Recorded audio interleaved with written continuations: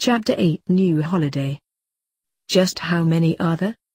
Almost 1,000, all in all. That should suffice for now. Lucius was gobsmacked. 1,000? How have you kept this a secret from the Wizengamot for so long? When did this start? Fudge was strangely calm, not turning any shade resembling his traditional puce or stuttering out excuses.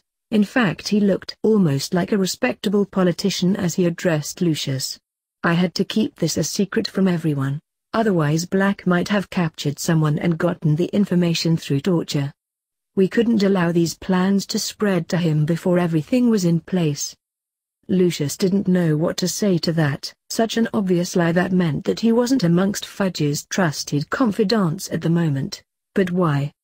And why breed nearly 1,000 new Dementors in the first place? That was almost equal to the total number posted at Azkaban prison. We don't know how, but the Dementors posted at Hogwarts are being destroyed and Sirius Black has slipped into the castle and escaped again already. What went unsaid was that Fudge could have instead sent Terrors to the school, but instead had decided to post Dementors. It was almost as if someone else was pulling Fudge's strings right now. It wasn't Albus Dumbledore, that was for sure, since neither he nor the headmaster wanted to see such a disproportionate lockdown of the school. Not when the monsters had already attacked the students, his son, once already.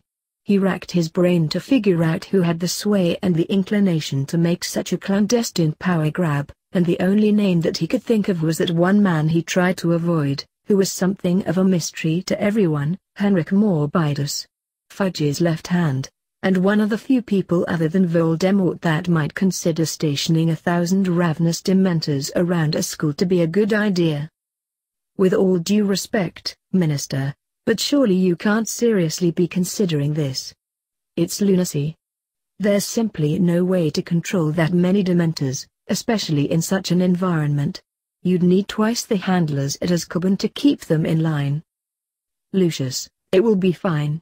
I've had 24 extra Wranglers trained and certified and they'll be sent to Hogwarts with the new Dementor Corporation. Fudge was starting to turn that familiar shade of red now, his patience with Lucius questioning his decisions wearing thin. 24, on top of what, 10 at Hogwarts already? Cornelius, sir, I must insist that you delay. No, I will not delay. Lucius took a small step back and turned his eyes to the dossier that Fudge had presented to him at the start of this sickening meeting. Behind the confusing or ambiguous language, the report claimed that the program had begun just a few days after Morbius had performed his inspection of the school. This had been going on for over a month. Fudge was listening to that sociopath Morbius and now this insane plan was afoot. Something had Cornelius Fudge spooked like nothing ever had before. Lucius looked up from the file with his perfect calm restored and snapped the sheaf of paper shut. I will notify the relevant authorities of this plan, as well as the rest of the board of Hogwarts governors. I am afraid I have to depart, by your leave, of course. Fudge slumped into his high-backed leather chair and glanced up. Yes, by all means. I am to collect my son from the train station. He's back for the holidays. Fudge, who had taken to ignoring Lucius' presence in his office, turned up sharply at what the platinum blonde had intended to be small talk. Your son is friends with that curious transfer student that has had everyone abuzz. Is he visiting with you over the break too? The current head of the Malfoy family hesitated a second, but he couldn't formulate a reasonable lie that he would be able to worm his way out of later if it was discovered that Gaara had indeed stayed with them. Yes, Draco did ask if his roommate could stay with us for the holidays. Poor thing, no family or friends. The Malfoy family believes in helping those less fortunate souls, if they're the proper sort. Yes, quite right, Fudge said, again unfocused and largely ignoring Lucius again. Lucius wished the Minister of Magic a good night and backed out of the office, making quick work of sending those damning memos to the separate departments as soon as he reached his own office. If he sent them off now, before he left for the weekend, those other department heads would still have time to read them before they too left for the night. This way, those departments could sort out whatever problems they thought up themselves and not bother him about them when he got back in on Monday. It would likely ruin their weekends, but it would make his next week so much easier. As soon as he'd sent off his last paper airplane memo, he walked into his private fireplace and flew straight to platform 9 3/4 to meet his wife and wait for the Hogwarts Express to arrive. Narcissa was already waiting and looked to be in high spirits, if her posture and tightened eyebrows were any indication. Even for him, it was still a challenge to tell what his wife was thinking when they were out and amongst people. She had the natural sort of stoicism that went beyond what was ingrained through years of harsh training in an aristocratic family. Sadly, neither he nor Draco could come close to her level of mastery in veiling their emotions, both males having been raised in considerably kinder households, by comparison. She greeted him with all of the cold deportment he expected and returned the words in kind before settling beside her and taking comfort in her calming presence. They still had another hour or so before the Hogwarts Express would arrive, the train having run behind schedule since before his father had first ridden it. Other parents began to arrive and stand about along the platform, making the place look untidy. They chatted and strolled and paced, making a racket for both the ears and eyes. He would be glad to collect the boys and return to the manor and relax, once he had sent the visitor off to bed, of course. It wouldn't do to allow a guest in his home to see him acting casually. That was best left to times of solitude or with one's wife and family. This riffraff surrounding him simply lacked the fortitude to conduct themselves with the proper dignity demanded of a man of his standing. At least his wife understood. Cornelius Fudge let a breath escape his lips after Lucius had left his office, and he flicked his wand to lock his office door post haste. He needed a few minutes to calm down after he had been forced to evade his closest political ally's questions. If Lucius could only know what he knew about that Gaara child.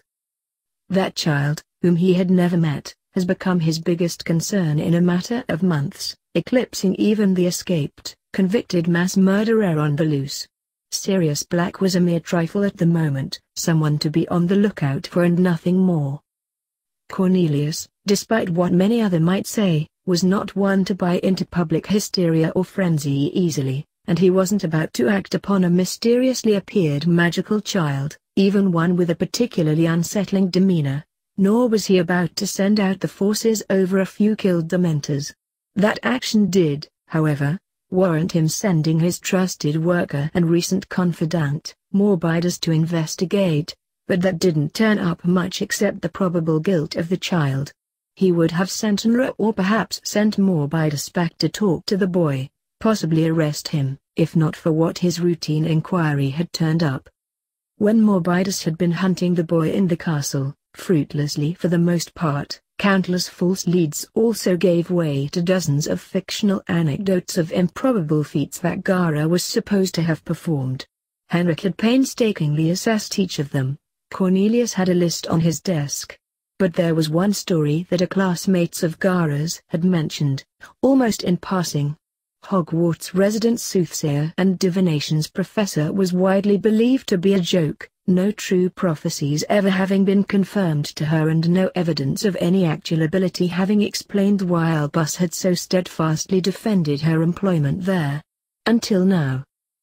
The child had told Morbius that in Gaara's first divinations lesson, Sybil Trelawney had given a startlingly off-putting prophecy about Gaara, which very few in their year group, let alone in the school at large, believed.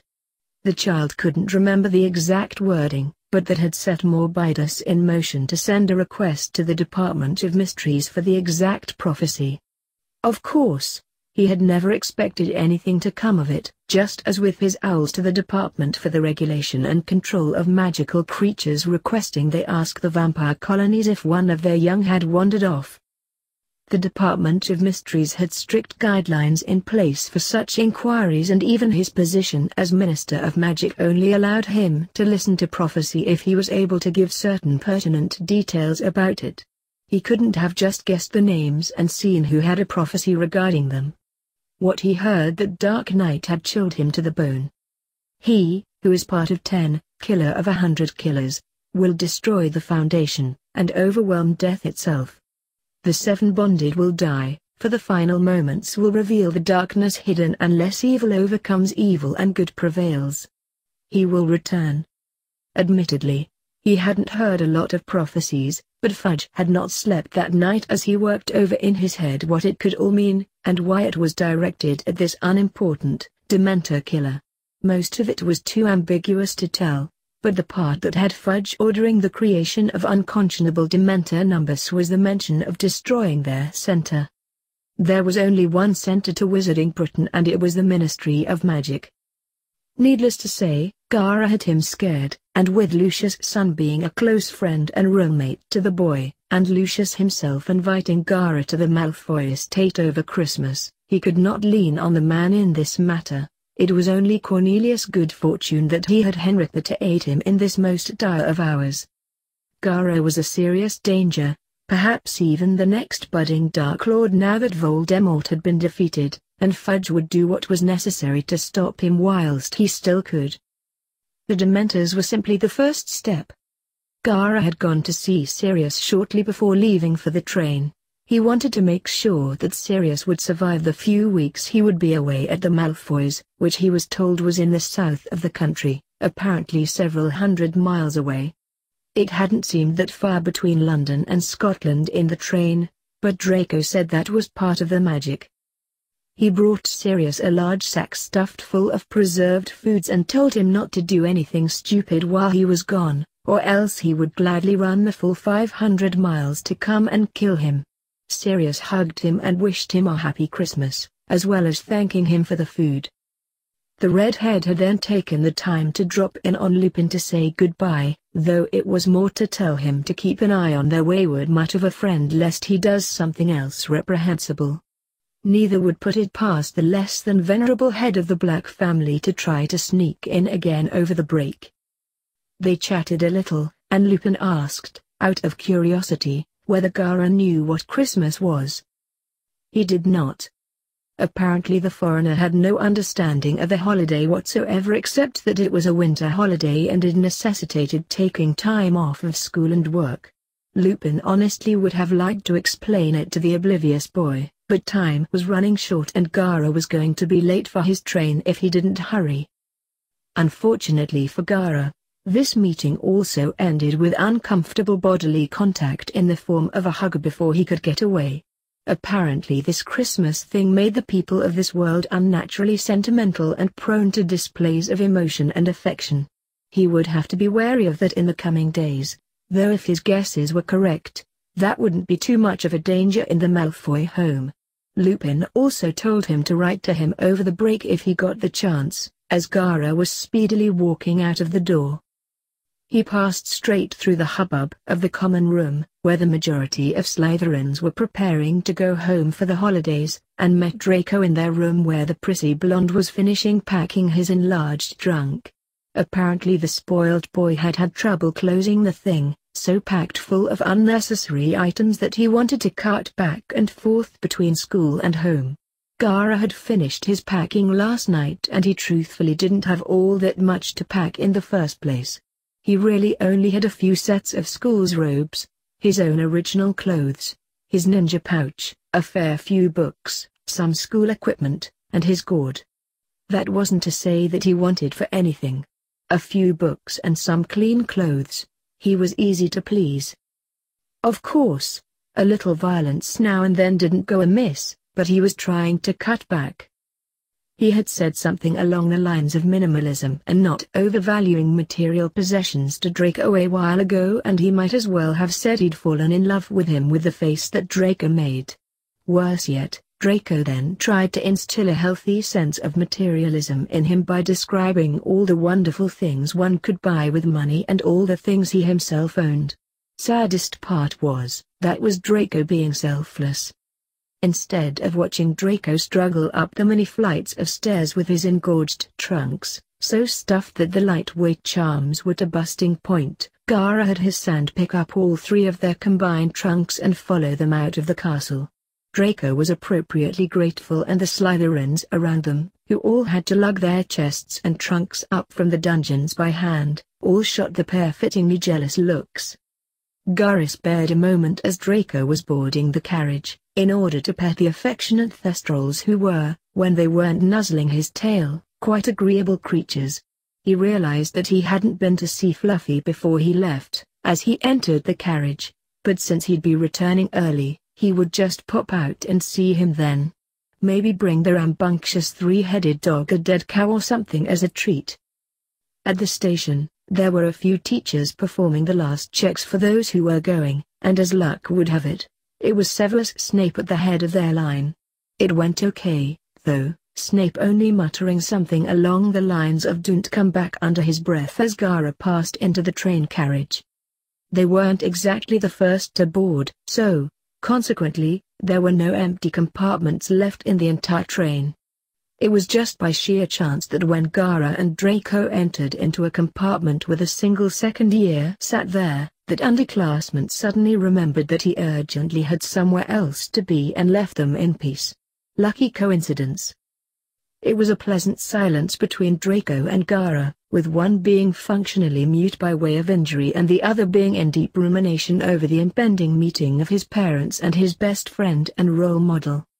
Both read their own books, or snacked on sweets, or watched the rural scenery passing by in a blur, or conversed in short, comfortably halting bouts. And after 2 hours of veritable whining by the platinum blonde, Gaara finally agreed to create another unnecessary sound clone. As Draco and the other inhabitants of this world so often were at the sight of one of his ninjutsu, the repeated spectacle of his sandy double forming caused Draco to look incredibly uncomposed. The sight almost made it worth the waste of time, to see his closest friend in this world losing his tenuous grip on proper comportment. There was only room for one stony countenance in their friendship.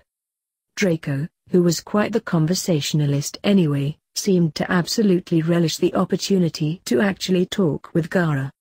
The redhead had to admit, it was much easier to communicate this way, even if it was a bit trickier controlling his sand. Spelling out letters was a mite simpler than forming faux vocal cords and having them resonate to exactly match his own voice, whilst simultaneously controlling the lips and face and body of the clone itself. Unlike traditional clone techniques, he actually controlled the sand that made the false body, rather than just using a pattern jutsu to have the elements form the body on their own. Of course, Draco did not and could not appreciate any of this, as he was enraptured by talking about the same mundane affairs they had been talking about for the past 2 hours, schoolwork, Slytherin gossip, their, admittedly funny, rumors that had circulated around Gaara, as well as a few other choice students, including Potter. Obviously, like always, Draco did the vast majority of the talking for the two of them, but even the rare monosyllabic responses, or, rarer yet, full sentences from the normally painfully silent teen were treasured. Gaara hadn't realized before, but when he used this technique, ridiculous usage of combat techniques aside, he could practically ignore Draco and continue to read whilst the conversation was continued absent-mindedly, and the usually attention-demanding Malfoy was none the wiser as he nattered inanely to the false face looking at him. Maybe he should make more use of it in the future. Food for thought. After an hour, he deactivated it and decided to take a stroll to clear his head, unused to talking so much after months of silence. He had a little bit of a headache. Plus he was bored and wanted a break from Draco's nervous chatting. Strolling down the train, he considered jumping onto the roof of the train for a while to get some fresh air, but the doors wouldn't open and he would struggle to fit through the window with his gourd on, so he settled for walking up and down the lengthy railway train. He'd felt it before, when he had made the trip up to Scotland in September, that this was a truly remarkable world that he landed in. The magic was similar to his own world's techniques, but the inventions were several orders of magnitude ahead of most of what he had seen in the elemental nations. He understood that it was being sped up with magic, but the train here made a journey that might have otherwise taken him a few days to run, in only a few hours. And then there were the Legion cars around London, and the other untold advancements that wizards were apparently happy to ignore. Draco seemed positively blasé about the train, so it shouldn't come as a surprise that wizards were uninterested in such things as cars and more technology when the quintessential conservative wizarding youth didn't care. But then, with the speeds that the average wizard or witch ran at, it appeared none of them were all that bothered with the idea of going fast. Unless it was flying. Gaara shuddered. They definitely still needed to work on their flying techniques. Along the train, Gaara mostly strolled along the length of the train, looking out the outside window to watch the scenery fly by in a blur, but every time he looked into the compartments he would notice that all the occupants were conspicuously staring at him in silence, as if he were a dementor patrolling the carriages and drawing out terror in all he met. So he mostly looked out the other side. England, the train having already passed out of Scotland, was so green but didn't have the dense forestry of far country. It was quite pretty, but he still couldn't bear to hold it in comparison to his beloved sandy nation.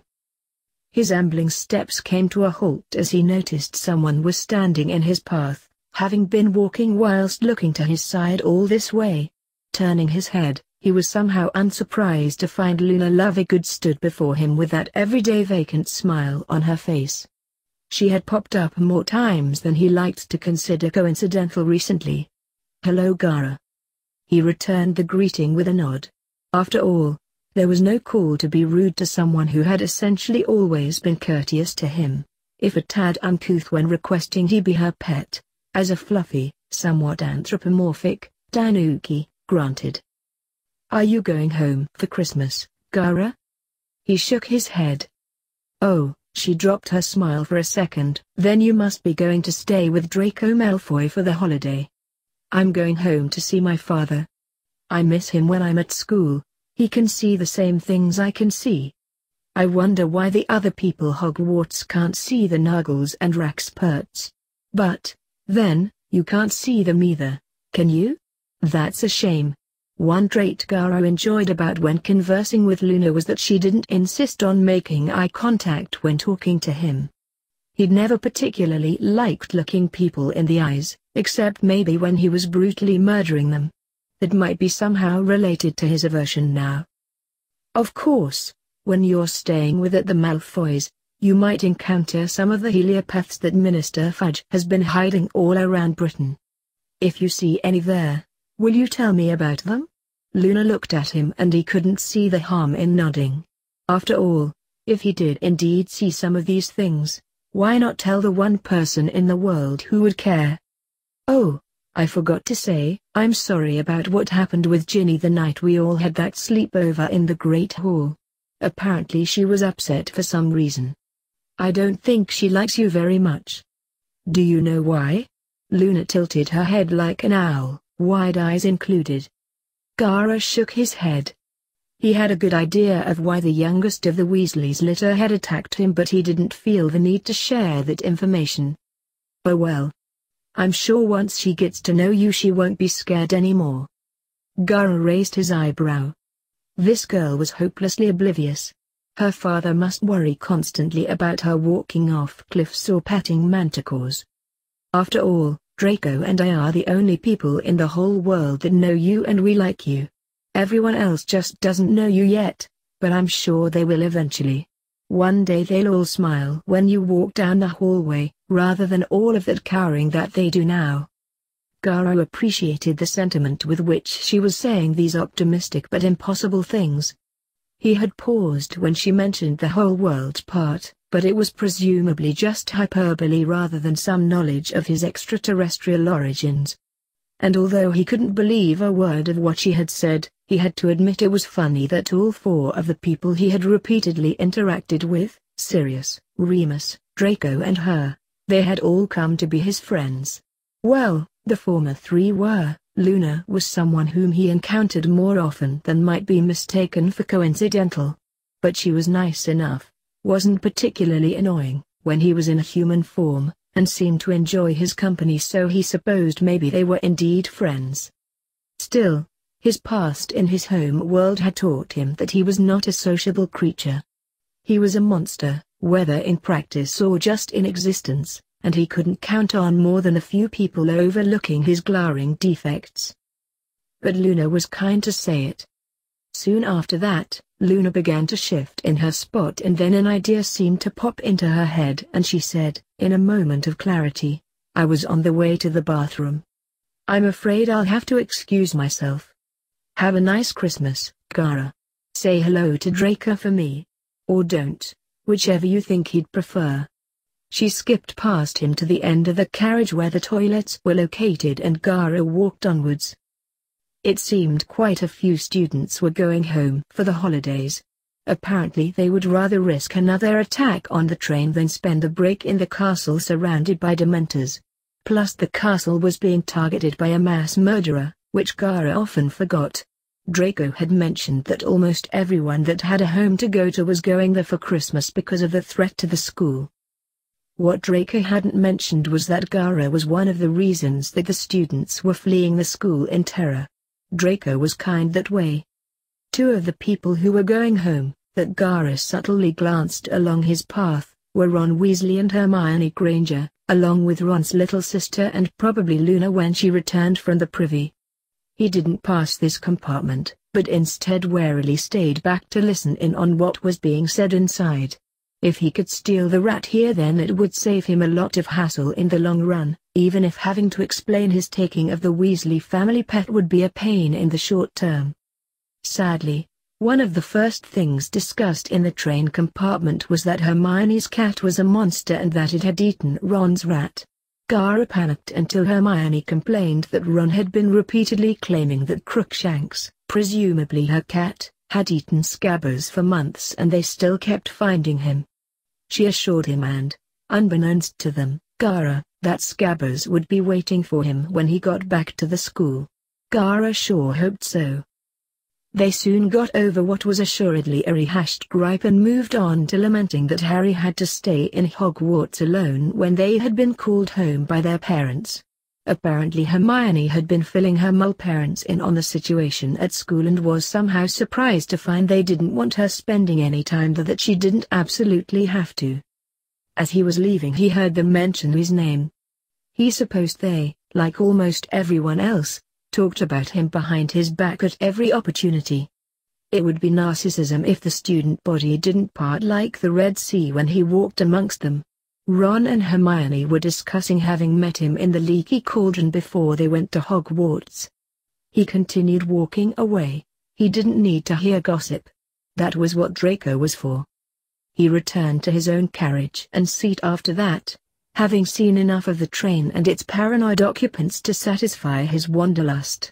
Draco had apparently gone to speak to his own friends, either his old bigoted ones or the new moderate ones. Gaara was in no doubt that he preferred the latter group, or rather, since he didn't actually like associating with either, he preferred Draco hanging around the latter group. They were a better influence and they held a healthier respect for leaving Gaara alone. Draco came back and they changed out of their school uniforms shortly before hitting the outskirts of London. Draco put on an expensive-looking black suit that Gaara had never seen him wear before, and Gaara put on his casual robes that he had been given along with his uniform when Remus had taken him to Diagon Alley. He had thought about putting on his own clothes, but his ninja apparel would have drawn even more attention to him, and besides that was the fact that Draco's parents were wizarding xenophiles and would probably not appreciate him displaying his culture at their first meeting. Gaara could see that Draco was incredibly tense as the train slowed to a stop and he searched out the window for his parents on the platform. Draco collected his trunk and had Gaara do the same so they could depart as soon as the train came to a stop. He said it was so they wouldn't have to wade through the crowds, but Gaara thought it was probably more to do with not keeping Draco's father waiting. Ironic that Draco's boggart would be about as revealing as his own. Some of their classmates' fears had been simple phobias or common aversions, but some clearly had deeper roots. It turned out that almost every other student had opted to disembark quickly, to avoid the rush, and so everyone ended up shuffling around in a huddle until they had squeezed out of the train's doors and onto platform 9 3/4.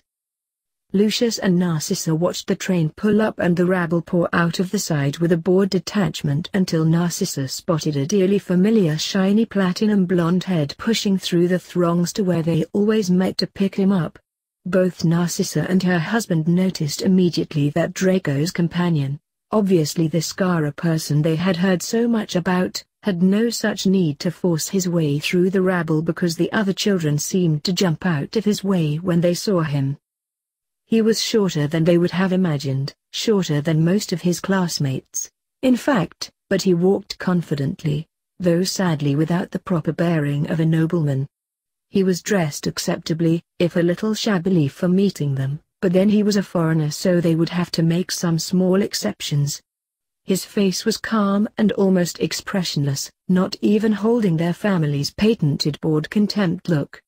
It was eerie to see such a look on a child's face when all of his peers were running around with insipid smiles and laughing all the way. Even Draco, as much as he tried, couldn't properly hide his thoughts from his expression. The poor child was obviously nervous. Gaara and Draco approached and stopped to greet the two regal adults. "Hello father, mother. This is Gaara." Draco turned to him so Gaara bowed a little and hoped he wouldn't accidentally offend someone. He'd always been uncomfortable in these sorts of formal situations since his father had, rightfully, gone to some lengths to keep him and his homicidal tendencies away from any visiting nobles, especially the daimyo, when he was younger. The two adults looked at him with undisguised contempt and they curtly nodded their heads to him and turned away towards the platform's flu terminals. It seemed they had concluded their greetings, which suited Gaara perfectly. He was, in many ways, a man of few words, though it was surprising that they were so cold to their son. Maybe they actually disliked him.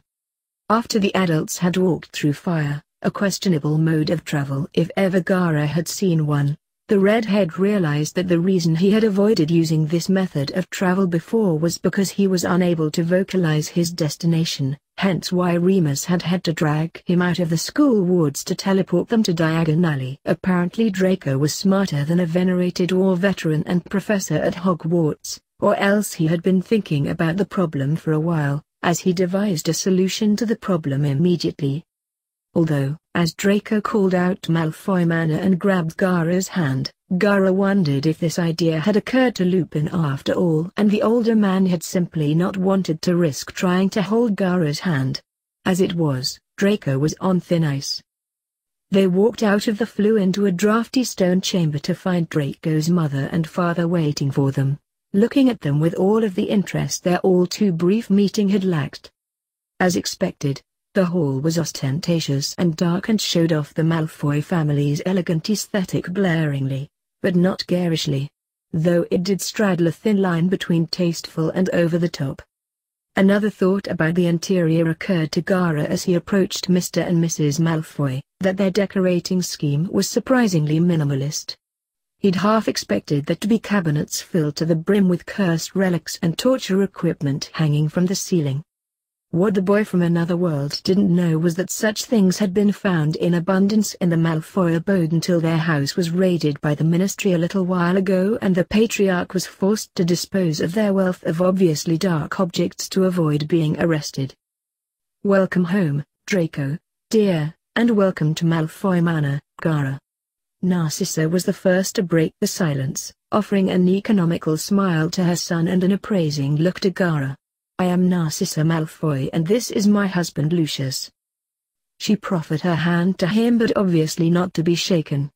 He'd seen Rock Lee take that pink-haired girl's hand in this position and kiss it, but that was an overture for romance so perhaps it would be inappropriate to do the same. A second passed and he was clearly expected to do something so he did the only thing that he could think of and kissed her ring. It was an awkward movement but clearly not a wholly inappropriate one, earning him the thinnest smile from her. Lucius didn't look all too interested in exchanging pleasantries with him but offered his own hand, this time in the more familiar position that invited a handshake. His hand was smooth and soft and clearly had never worked a day in its life. "I've been hearing some interesting things about you, Gaara. Quite unusual for someone so new to our country, still in school, to become so talked about. I hope you can live up to your reputation." Gaara thought for a second and then sent up his hand. "I have more than a few reputations. People like to talk." Both the adults were wide-eyed, but once they had finished reading they calmed and schooled their features, and Narcissa spoke. "Well, Draco has told us about your lost voice and your peculiar affinity with sand spells, but it is quite the sight to see. You really must tell us how you came upon such an ability sometime." "Yes, you really must." Lucius chipped in, smirking. "Draco, show your guest around the manor before dinner. Your mother and I have some matters to discuss in private." He swiftly turned and marched out of the cavernous foyer into what looked like a luxurious drawing room, followed immediately by Narcissa who, like her husband, didn't spare a backwards glance to her son and guest. Draco stood still for a few moments, presumably still processing the last few minutes with his parents and what they might have meant, before he snapped out of his daze and hurriedly beckoned Gaara to follow him. He led Gaara through the multitude of hallways and rooms that seemed utterly superfluous to the military man in Gaara, especially the empty guest rooms that numbered in the double digits. Draco explained that his family used to have a house elf that did all the cleaning and cooking, but Potter had freed it and now they had to pay squibs to do it. Very inconvenient and expensive compared to having Dobby do all the work, but that meddlesome Gryffindor had forced their hands. Draco would never admit it, but he missed Dobby a little. The family slave had known how he liked things and had been nice in his stupid, simple, idiotic way. Draco briefly showed Gaara outside into the gardens for a look in the frigid December cold. All the bushes and trees were neatly trimmed and maintained despite the inhospitable weather. Gaara spotted a peculiar shed in the distance and pointed it out, and Draco said, "Oh, that's where the groundskeeper puts the peacocks in the winter when it gets too cold out." Draco turned to see that Gaara was staring at him. "What?" Gaara wasn't even sure he should be surprised anymore. Peacocks. Both the teens soon grew cold and returned inside and continued the tour, the platinum blonde showing Gaara around to the expansive dining rooms, multiple, to the enormous ballroom with covered furniture and immaculately polished stone floor, and to the library where Gaara wanted to spend the majority of his time over the coming weeks. After a little prompting, Draco also showed him around to the kitchens and to nearby bathrooms, and to where Draco and his parents slept in case of emergencies. They walked quickly past Lucius's study, but Draco warned him not to go in there, especially not if his father was in the house. It was already late when they had arrived at the manor, so by the time Gaara and Draco concluded their wandering it was time to sit down for dinner with Mr. and Mrs. Malfoy. The dinner table was long and heavy and made out of a dark wood that Gaara didn't want to risk marking. The Malfoy parents sat at opposite ends of the expansive table while Gaara and Draco sat across from one another in the middle. The seating configuration made it tricky for Gaara as he had to pretend not to struggle to hear whenever either adult spoke in their elegantly soft dining voices from the considerable distance. He didn't want to look simple. Gaara noticed that Lucius spoke almost entirely to him over dinner, sparing his son only fleeting comments or pleasantries and only talking to his wife to add to what she had said or to include her in the conversation. He chalked Lucius's attitude to his wife up to the actual physical distance between them at the dinner table, and internally tried to work out how they heard each other speaking, but the way he spoke to and looked at Draco was troubling. He had feared that Lucius was physically abusive to his friend after seeing Draco's boggart attack him, and had planned to put an abrupt stop to it if he needed to over the holidays. But now Gaara understood it was something else, something perhaps more damaging. Lucius was just a cold man who starved his son of love. A couple of assassination attempts and a dead wife, and he would be a dead ringer for Gaara's father. Worst yet, unlike physical attacks that he could easily stop in a heartbeat, stopping the heartbeat would probably do the trick, though, but emotional abuse wasn't something he could stop so easily. And he sure as hell wasn't mentally stable or healthy enough to be a crutch for a similarly messed up boy. All through this deliberation, Small talk abounded and Gaara sedately ate his meal, which he was surprised to find was even more sumptuous than Hogwarts banquets. I apologize, Gaara, if Draco's proclivity towards showing off left you feeling uncomfortable. I'm sure you are somewhat unused to such surroundings. Draco can forget, sometimes, that others who weren't raised in such splendor can feel unsettled in our home. Gaara didn't know which to be more upset about, the barely veiled insult, or how upset Draco looked as he stared down at his food. It is certainly different. My home is somewhat larger than your house, but my mansion doesn't have any gardens. Gaara's expression didn't shift at all as he spelt the words out, purposefully pausing his eating to mimic dinner-time conversation. Some people seemed to find it rude when he completely ignored them as he talked to them. Though it did have some greenhouses. Gaara sound finished as an afterthought. Lucius stared blankly at him for a few moments, as did Draco and Narcissa, before turning back to his meal. Gaara didn't usually like to brag, but when it was for a good cause he was willing to make an exception. He had only actually moved into the Carskage mansion recently, with the expectation being that he would become the next village leader when he was ready. Barky, as interim leader, had been counting the days until Gaara was able to take up his position. After Lucius had stumbled at his parried barb, Narcissa took up the reins of the conversation and continued the small talk around the table, asking Draco and Gaara about their studies and favorite subjects, potions for Draco, anything other than potions for Gaara, any other friends they had socialized within Slytherin. Eventually Narcissa took up a subject that Lucius had been waiting to come up, if his quick interjection was any indication. Gaara, how has your spellcasting come along? Draco has told us that you initially had a little difficulty with performing spells. Narcissa was nursing her wine, having finished with her starter course already. Yes, we were quite concerned for you. You come from an entirely magical family, so it must have been very upsetting when you arrived at Hogwarts and weren't able to keep up with the classes there. I suppose in your country, they move at a slower pace. Or perhaps they just don't teach the same range that Hogwarts offers their students. Lucius seemed to be back up to full speed again after his little stumble. Gaara paused, as Draco noticed he did whenever the redhead considered speaking about his home. My spellwork is improving, thank you. Draco hid a derisive snort in his goblet. In my home country, we are taught more specific skills from an early age. Though we do not call it magic there, it amounts to the same thing. My family has been able to use what you call magic since before the formation of my country. Gaara figured his answer should satisfy Lucius's fanatical, pure-blood curiosity for the moment. Lucius dutifully rattled off the appropriate compliments for Gaara's ancestry, secretly wondering if Gaara was telling the truth, followed by Narcissa asking some polite questions about his immediate family. He took his sweet time to answer them, finishing off his starter, a tasteful selection of pates and spreads, before he deigned to respond. He acted as if he was leisurely finishing his course whilst he debated what to share now.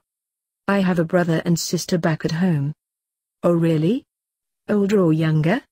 Narcissa asked without a moment's hesitation, unknowingly stumbling into Gaara's bubble of strict privacy. Draco, meanwhile, kicked himself for never having the guts to ask Gaara about his family directly. I am the youngest and my sister is the oldest. Both of them are very accomplished. What are their names? Lucius chipped in, clicking his fingers loudly and summoning the half-blood maid to clear the table and bring out their main courses. My sister is called Timari and my brother is Kankuro. Interesting names. Are all the people where you are from given similar names? Narcissa said. Somewhat. What about your surname? Everyone at the table turned to look at Draco as he spoke up abruptly after having lapsed into silence for the majority of the meal. He had been bursting to answer one of a myriad of mysteries surrounding Gaara, and now seemed like the best opportunity. I don't have one. Gaara didn't blink or look at all concerned by his lack of a second name. In fact, he looked like he was waiting for Draco to make his point. You, You don't have surname? Do people in your homeland not usually use a second name? Narcissa couldn't imagine a world where one's lineage wasn't vital to be established upon introducing oneself to someone. Neither could Draco or Lucius. Typically, no. In my village, they aren't used. Most other places in the surrounding lands use some form of family name. Gaara had had a similar conversation with his blonde friend in Konoha about Suna's ostensible lack of surnames amongst its citizens, and that airhead had been just as flummoxed. Doesn't that make identifying the right sort all the harder? Right sort? Yes, wizards, purebloods. Magic users. Lucius pressed on, concerned that Gaara might be from an entire culture of blood traitors. Typically the clothing gives it away, as well as the social circles they travel in. But you can't always know, even when they possess family names, unless they come from a well-known clan. Interesting. There is something that I feel may have neglected to ask, but where exactly do you come from, Gaara? I thought I was well versed with most magical cultures around the world, and yet you might as well be a mole for all I know about you and your culture. Lucius smiled as he said it, but from the sweat beading on Draco's brow, Gaara guessed he had just been dealt a harsh insult by pureblood standards. My home is called Sunagakure, which means village hidden by sand. My homeland is shrouded by secrecy, so it's no wonder you've never heard of the hidden villages. Gaara was quite enjoying the veal he'd been served, and the conversation was entertaining. It would serve as good practice for when he had political sit-downs with ally nations, except for Konoha. Their current Hokage, and the probable successor, was not one for mincing words. Really? How mysterious. The way Narcissa drawled the line made Gaara wonder if even she knew whether she was being sincere. That's far away, I suppose? Yes. You had no problem traveling so far to go to school, so far away from your home and your family? She continued. I came to England because of another matter, and since I couldn't get home immediately, I saw no reason not to enjoy the benefits of a first-rate magical education in the meantime. It was suggested by some that Draco should have gone to the Durmstrang Institute because of its more liberal views on magics that they teach, but we decided that it was simply too far to send him.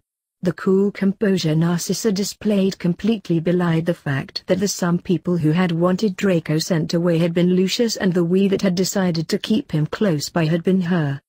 It was hard enough sending her precious son to the other end of the country. He wouldn't have fared very well there, I don't imagine. Gaara said, ignoring the startled and incredulous looks he received around the table. Draco, in particular, looked quite offended, and a little upset, by the apparent lack of faith Gaara had in him. I've read a little about the institute and it sounds far too cold.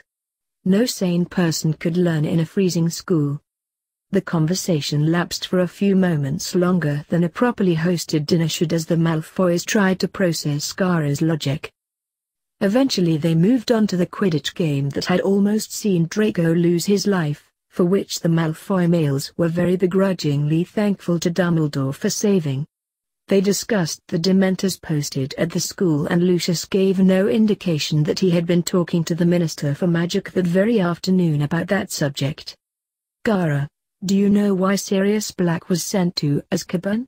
Draco, blushing furiously after his mother had, with all the proper deportment and manners expected of her standing, risen from her chair, walked over to Draco and wiped his cheek with her napkin to rid it of the speck of gravy no one else had seen. Her face didn't show compassion or even interest, but Gaara smirked imperceptibly at the sign that at least one of the Malfoy adults cared about Draco. Perhaps both of Draco's parents truly did love him like any good parent should, and they both just held on to their masks of indifference and hostility because a guest was present. He hoped so. But he doubted it in Lucius' case. Nonetheless, it was very funny watching his friend being embarrassed by his mother. Dessert that night was treacle tarts, which Gaara was ashamed to see Draco eat with such vigor, as he knew the only reason that the Malfoy child would never partake of his apparently favorite sweet at Hogwarts was because it was also Harry Potter's preferred pudding. Behind all the politics and bigotry, Draco really was still a child. After dinner, they all retired to the drawing room and quietly read for an hour before bed. Gaara was tempted to turn in early so that he could give Draco and his parents some time to themselves, but he'd found a very interesting book about obscure Runakare theory that held a little promise regarding his ongoing search and didn't want to put it down. Sadly, near the middle the author finally wrote that most of his work had subsequently proven false or had been discredited. It was Lucius who unilaterally decided they were all tired enough to go to bed, and Narcissa ushered he and Draco out to the grand staircase. Gaara spelled out a thank you and good night before walking up his set of stairs to the wing of the mansion that housed the guest rooms, but he lingered at the top for a moment. He hid in the shadows and watched as Narcissa checked the coast was clear and then pulled Draco into a hug and kissed him repeatedly, as if waiting had made her even more frantic. They exchanged a few hushed words that Gaara believed were heartfelt and emotional, until Lucius approached and both straightened up and then all three passed around some officious-looking sentiments. Then all three trudged up the stairs to their bedrooms in silence. A few days into the holiday, Draco rapped lightly on his father's study door and waited for permission to enter. Things had been slow to start with, his parents and Gaara being unsure of how to act around each other, but eventually things had eased and Gaara had felt free enough to do his own thing, as he was wont to do wherever he was staying, it seemed. That very morning, Gaara had walked in from his morning exercises and whilst Lucius and Narcissa had privately derided their houseguest for performing such plebeian, male activities, Draco incredulously asked, "Don't you ever sweat?" Looking at Gaara's pristine appearance after spending over an hour performing feats that Draco wouldn't stand a chance doing. To which Gaara answered, in the most deadpan manner a person who cannot speak could manage, in this weather? The desert dweller was far from overheating in the frosty southwestern winter. "Come." His father beckoned from inside. His father was completing the final preparations for the Malfoy Christmas party and Draco had a complication he had been avoiding giving to his father that couldn't feasibly wait any longer. "What do you need, Draco?" His father disliked the social side of his obligations, being a die-hard businessman and politician through and through, so these party functions were usually left to his dutiful wife, except when they required his personal touch. Such as now when he needed to invite everyone of note to the party and even his well-connected wife couldn't be expected to know or remember the countless names of his co-workers. "It's about the guest list, father." Draco had spent the better part of an hour in the library silently practicing how he would word his request in his head, but it had all suddenly left him. "What about it?" Lucius turned to look at his son and heir, mention of what he was working on garnering his attention. "Well, I want to invite a few more guests." Draco had floated this idea past Gaara earlier and his friend had, with all his oblivious lack of fear or social grace, told Draco to do it if it was what he wanted. Lucius raised his eyebrow at his son's request. All of Draco's friends, their families, had already been invited, when it was polite to send such invitations. Draco knew just as well as he that any invitation sent out a week before the party could only been seen as an insult to any upstanding family. "Whom would you like to invite?" "Some friends from school, father." "I've already invited all of your school friends, long since." "Not them, I mean my other friends." "Other friends? Surely you haven't been fraternizing with the other houses or mudbloods?" There was no question in Lucius' glare. "Oh, of course not, father. I meant some of the moderates from Slytherin, sir. I've come to know a few of them this year. Oh, and Luna Lovegood, from Ravenclaw. Her father owns the Quibbler." His piercing stare not letting up, Lucius continued, "Who from Slytherin?" "Roy Norble, Tracy Davis, and Miles Bletchley. The Bletchley boy is on the Quidditch team, so I suppose I can make an exception for his parents, but I won't be inviting the Norbles. And as for the Davises, I can only wonder what could have inspired you to want to invite that blood traitor family into this house." It's one thing to have moderates here, that I can explain away as your youthful indiscretion, but to have a Davis come would be an insult to every one of our guests. Lucius didn't even deign to mention Tracy's mudblood mother personally. And the Quibbler is a rag. You shouldn't be associating with other houses in the first place. Though at least you had the sense not to go near a Hufflepuff or, God forbid, a Gryffindor. Draco took a breath. Of course we couldn't invite a mole or someone married to one, but... Draco cursed in his head. He had been practicing this. But the moderates are an untapped resource in Slytherin. None of the purer blood families will associate with them, so no one is exploiting any power or financial resources they hold, yet. It might not look too good in the short term, but eventually we will be even more prosperous, and we will still be above those lower families who we can monopolize. And even though the Quibbler is filled with nonsense, it is the fourth largest weekly publication in Britain, and can you ever really control enough media? None of this Draco believed, but it sounded believable. Right? Lucius regarded Draco for a long time, neither moving an inch until Lucius sighed and turned back around to his desk. I sometimes forget how impetuous the younger generation can be. I suppose it will serve as enough of a message that we sent out the invitations this close to the event. I will invite the Bletchleys, the Norbles, there. Lucius sighed, the Lovegoods, and Miss Davis. I expect them to behave properly and to understand their place at the party, Draco. I will have to explain to our other guests why they are there on the night. Oh, thank you, Father.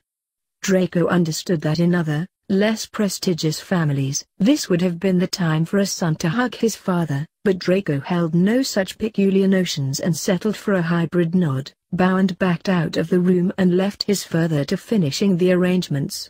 And now the guest list. Sweating buckets, he went back to the library to sink into a chair and breathe into a paper bag. Gaara gave him a small smile from behind his huge book. That had been terrifying for Draco, so much so that he was simply glad not to need a change of trousers. It seemed like a small victory in hindsight, but any stand made against his father was a monumental one in Draco's eyes. It would be great to have friends at the party that he himself had picked, and Luna. He had asked Gaara if there was anybody he would like to invite, purely as a courtesy, seeing as Gaara was as far from sociable as Draco suspected it was possible of being, shy of becoming a full-blown Dark Lord, but Gaara had taken the question seriously and thought about it. A day later, Gaara had supplied Draco with Luna Lovegood, and Draco couldn't see any reason, offhand, to deny Gaara. An airhead Ravenclaw certainly wasn't going to get him in any more trouble than Tracy Davis. That was for sure. Meanwhile, Lucius was quietly glad that his son was becoming so ambitious and cunning. It was an interesting gambit, one that Lucius wasn't entirely convinced would be as effective as Draco had said, but he could allow Draco a few liberties here and there, as a teaching aid. However, as essential as ambition was to prosperity, it could often hinder a family's wealth and status if one of their sons became overly ambitious, overstretched and exposed weakness. One such weakness was Gaara, which Lucius had told Draco only a few days before. He didn't know all that much about Gaara, even after the boy had come to stay in his home, but no matter who, or what, his son had grown attached to, he was duty-bound to offer these sage words of advice, as he had been given by his own father: don't put all of your eggs in one basket.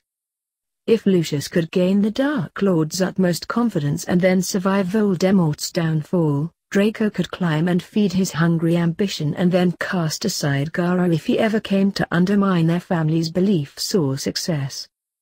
Maybe these moderates wouldn't even come. Then again, like hell was the prestigious Malfoy Christmas party going to be turned down by such lowly people? The boys were relaxing in Draco's room, as the Malfoy heir tried in vain to catch his breath and warm back up after he had been unceremoniously dragged out into the grounds that morning by Gaara for training again. Gaara had even known to avoid Lucius and Narcissa's attention as he literally dragged their son kicking and screaming into the winter cold for rigorous and unwanted exercise.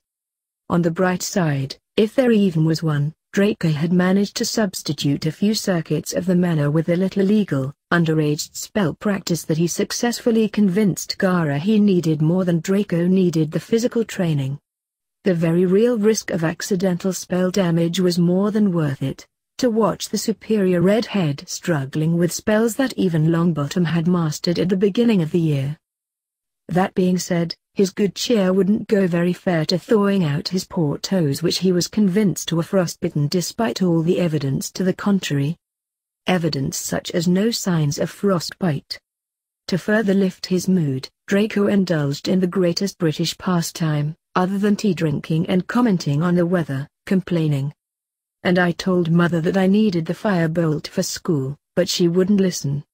Would you believe it, she said that the old Nimbus 2001s were fine for Quidditch? Can you imagine? She would rather buy me an old model. Gaara was vaguely aware that Draco was talking about kinds of brooms. And when I went to Father after that, I tried explaining how important it was, but it was like he didn't care. He acted like I just wanted it for fun, but you know that I need it to win. It's for Slytherin, really. Gaara was reading a vaguely interesting book that described something called homing magics that he figured could help him find a way home, though he knew this one was a tenuous link. Still, it wasn't going to be anything obvious, so he would have to try with these lesser-known spells. And Mother had the gall to suggest pulling me out of Quidditch altogether, as if I'm so delicate that a single Dementor attack could stop me. Gaara thought it was funny how dramatically Draco's attitude to danger had changed. The spoiled blonde was still a long way off from being a headstrong Gryffindor, but he was no longer slithering along on his belly so shamefully. Oh, Mother said she wanted to speak to you later today. Something to do with the party tomorrow, I think. It's probably just a last-minute alteration to your dress robes or something. Draco had been speaking for minutes uninterrupted, but he only now remembered to inform Gaara something he had likely been told hours earlier at breakfast. Typical. The episode of Gaara being fitted for his dress robes was one he would rather forget, and one that would best left unsaid. Gaara was a scary person, and Narcissa was scary enough to force him. A little later, Gaara put down his book and wandered down to the drawing room where Narcissa had asked him to meet her, alone. He might have been wary of such a clandestine meeting if it had involved Lucius, but Draco had mentioned the man was in his study currently. Narcissa had been nothing but kind to him, except during the fitting, so he didn't walk to the drawing room with any real sort of trepidation. He knocked lightly and walked in to see Narcissa standing before a small dining table with an elaborate table setting, along with a variety of useless utensils and superfluous plates that Gaara felt were woefully inefficient compared to his beloved chopsticks and small bowl. He looked at the curious setup and wondered whether Draco's mother was eating on her own tonight, in the wrong room. "Good evening, Gaara. I hope you're well." She looked him over as if she did actually care, which was strange because her taut face appeared anything but concerned. Gaara wasn't adept at reading emotions, so he tended to doubt his interpretations in these situations.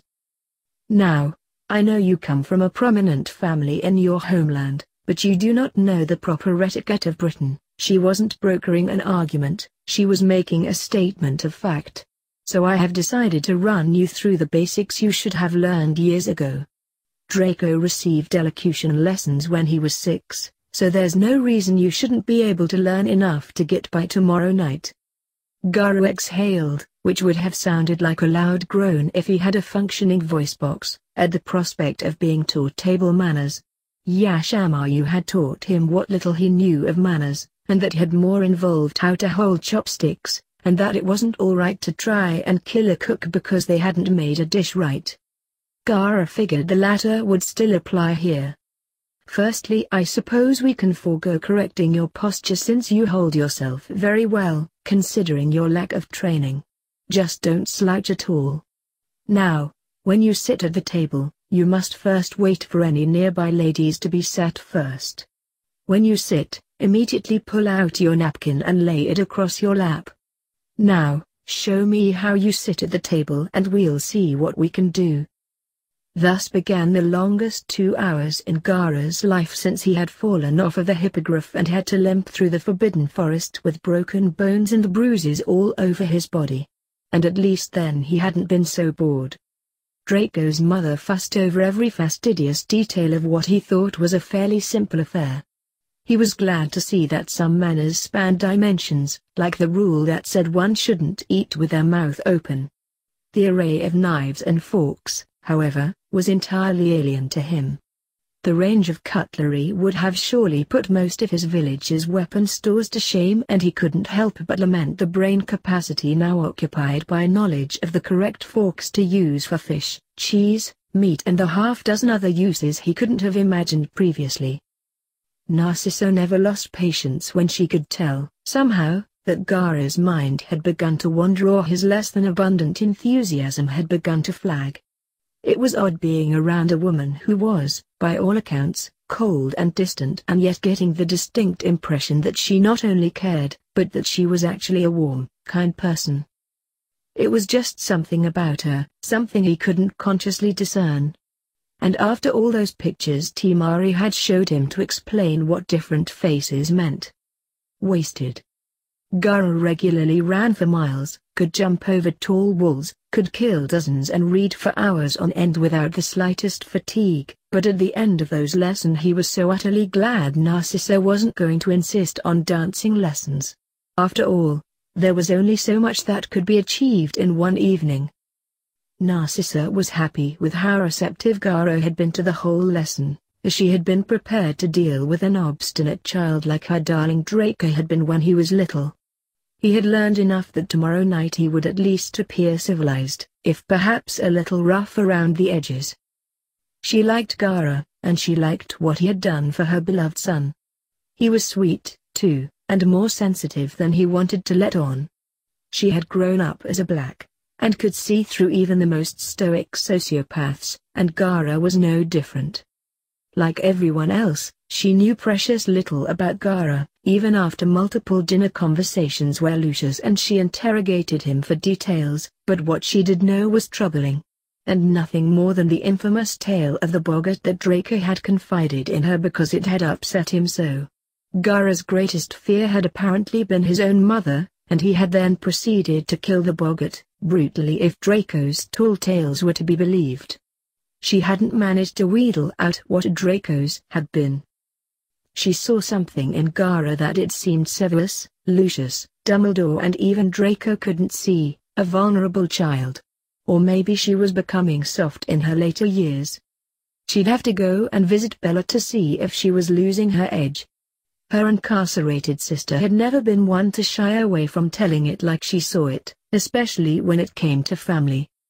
Gaara excused himself with a bow and she found herself gifting him with a short smile before he swept out of the room, probably in fear of more lessons, and Narcissa decided to fix herself a stiff drink before she went down to meet Lucius.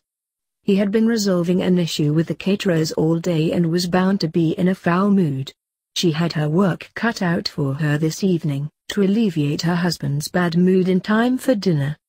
"You look fine, like a gentleman, even. If you'd like, I have a potion that could smooth your hair down a bit," Draco said as he finished fussing over Gaara's new dress robes, making sure they were all draping and flat in the right places. The shinobi had to swat his friend's hands away in the end because Draco's nervous, obsessive badgering was bugging him.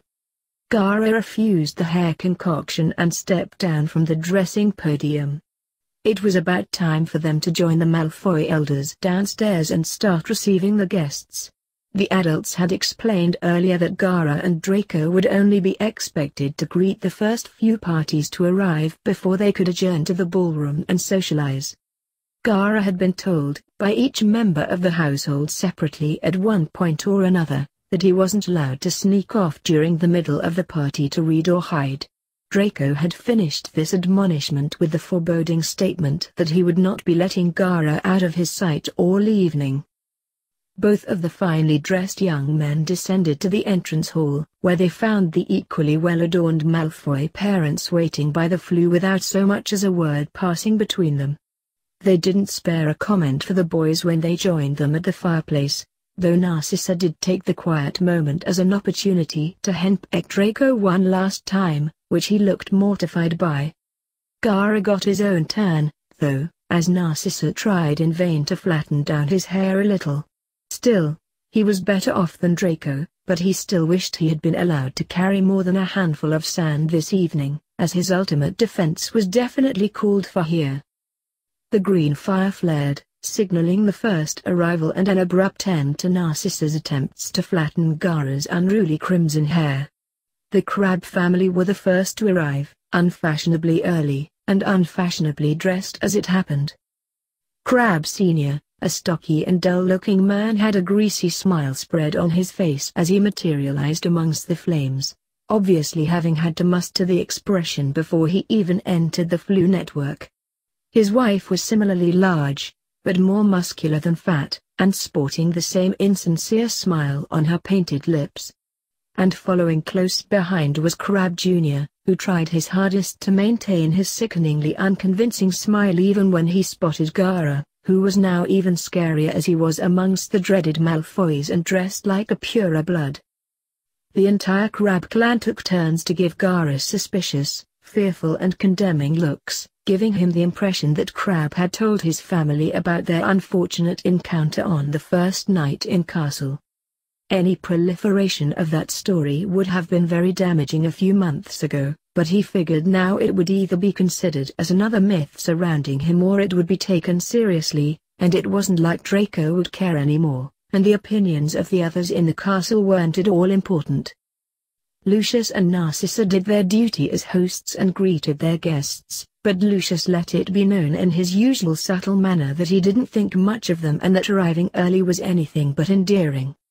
Vincent Crabbe Sr. pulled a tiny, brightly wrapped package out of his robes and magically re-enlarged it and handed it to the host, with a Merry Christmas, that was sedately returned, though without a reciprocal gift. Narcissa had been shopping for months and they would be sending out their gifts on Christmas Day as they always had. They even hired a small fleet of owls to do the delivering promptly in the morning. Small talk was exchanged between the adults whilst the children awkwardly stood apart. Even before the Great Slytherin Schism of this year, Draco had precious little to say to his two henchmen, and now that they weren't even friends, he really didn't know what to say, so settled on an indifferent silence. Gaara made it look cool, so Draco figured he'd give it a try. Only a minute or two after the first family arrived, the second came out of the fireplace in something of a rush. The girls had an identical set of smiles plastered on their faces when they arrived, though they slipped a mite when they spotted that the Crabs had beaten them to the punch. It was obvious to Draco that the two families knew that Lucius no longer had any real need for them, since their sons no longer protected Draco, and they were desperate to regain favor with the most prominent pureblood in Britain. Luckily, Lucius had made it clear recently that his initial insistence that Draco make up with Crabbe and Goyle had long since faded, and the Malfoy Lord was glad to be rid of the odious connection to those families. It now just pained them all that they still had to interact with them at these functions, especially with their sad attempts at winning the Malfoys' favor once again. They were a step above blood traitors and moderates, a small one. Next to the party came the nobles, dressed to the nines and looking a little nervous. Draco figured that they hadn't had cause to wear their finest dress robes in quite some time, and their early arrival was a forgivable faux pas as a result of their removal from high society functions. It was typically unfashionable of priors to try to arrive on time to a party, but since no one thought anything of the noble family to begin with, they weren't treated harshly for their misstep. The parents went to greet the Malfoy elders and thank them for the kind invitation and were treated to thinly veiled insults and contempt, which no one was surprised by. Lucius had managed to keep in polite society, and it was expected that he treat families like the nobles, guests or not, like trash. Draco took the opportunity of his parents' distraction to approach Ron and say hello, foregoing the obvious apologies that were due since such sentiments would betray the divergence of his beliefs from those of his family. He also took the precaution of pulling Gaara forward with him, not willing to let him slip off with those dastardly shinobi skills of his whilst everyone was distracted. The tug Draco felt told him that Gaara had just been about to slip off, though looking at his face gave nothing away. "Good evening, and welcome," Draco said, and with a nudge he encouraged Gaara to nod to Roy too. "Merry Christmas, Draco. Merry Christmas, Gaara. Thank you so much for inviting us. I don't think I've seen my mother so excited since I got my Hogwarts letter," he said with a beaming smile. Draco smiled back and then dropped it before someone saw him looking so happy around a moderate. He could get away with such behavior at school, but here it could damage his father's reputation. What also made him frown was telling Roy, in whispers and hushed tones, how the evening had to be played out. They couldn't spend too long together, he shouldn't act friendly with any of the other purebloods there, his parents should keep their distance from pretty much anyone, and they should stick to safe topics that couldn't conceivably elicit reproach if they were addressed by another partygoer.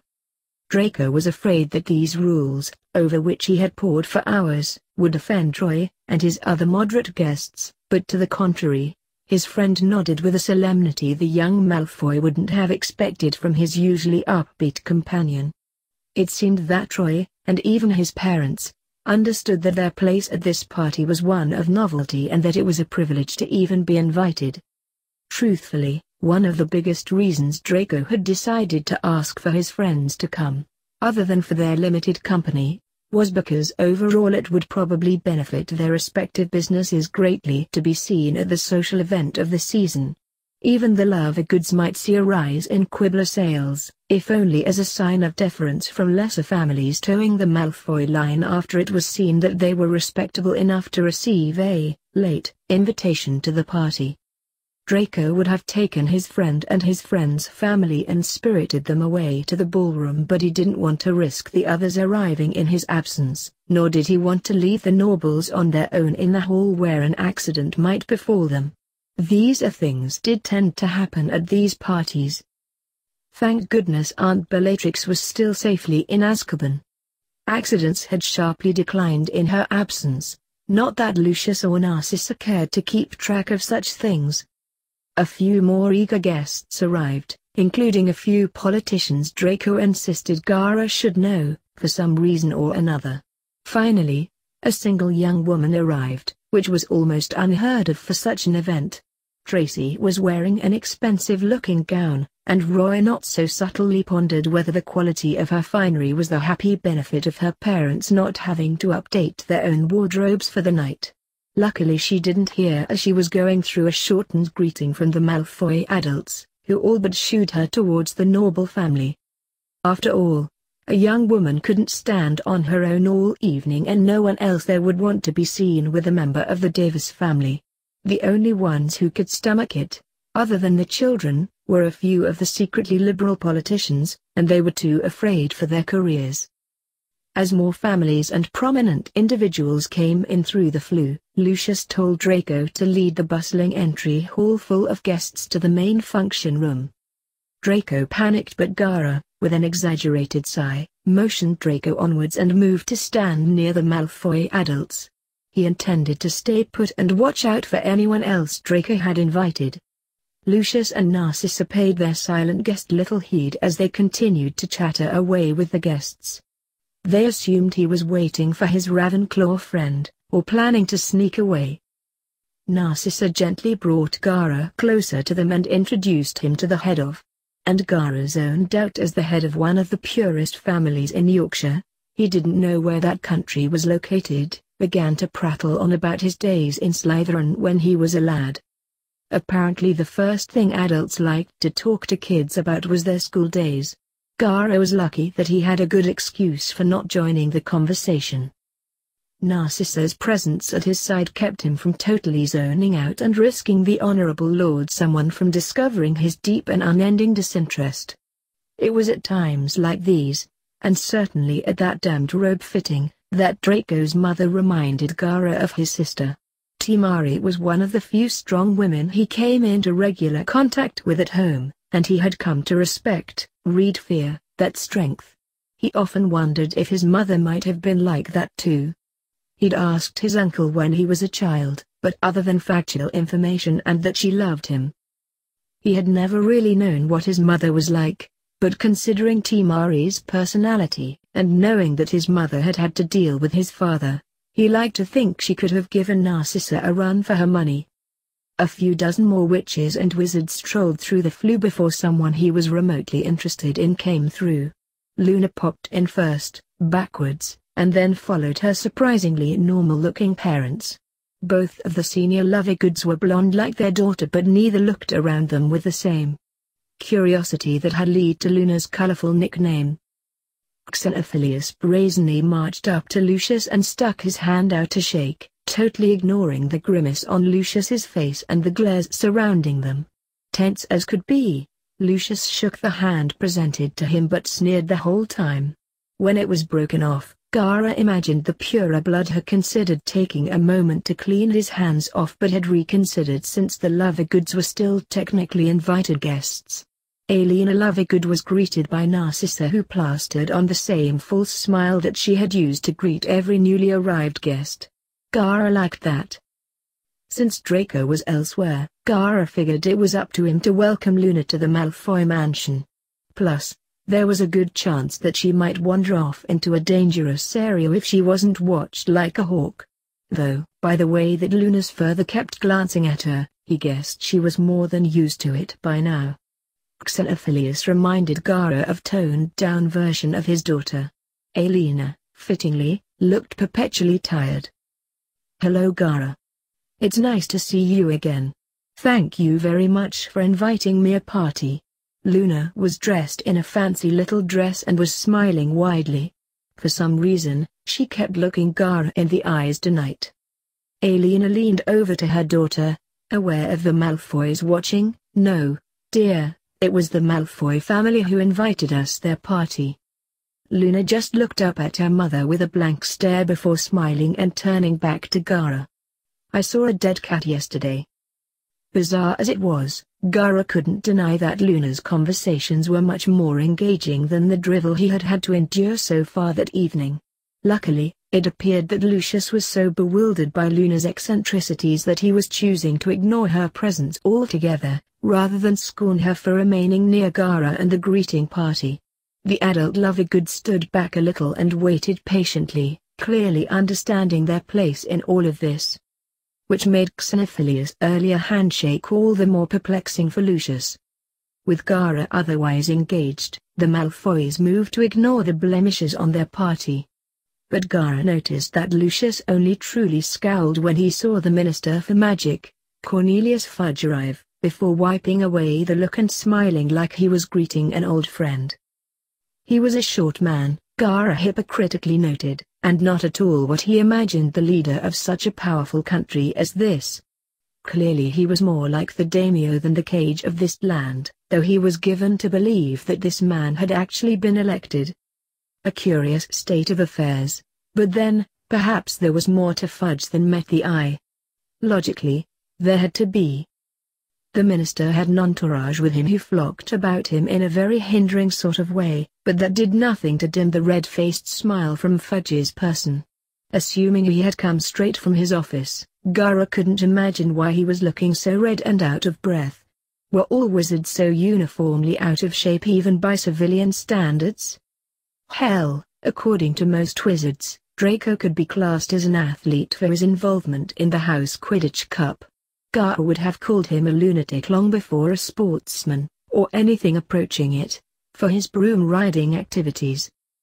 But then, Draco had often called him similar names for his physical fitness, so Gaara supposed he shouldn't be too quick to judge.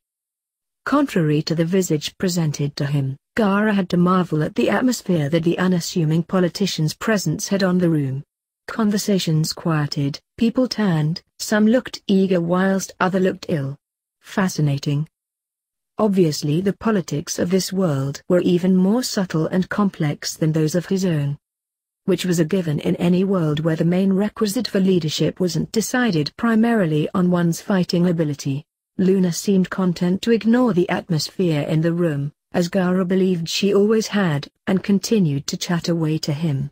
She asked how he had liked it at the Malfoys' home and if any of the peacocks had tried to escape recently.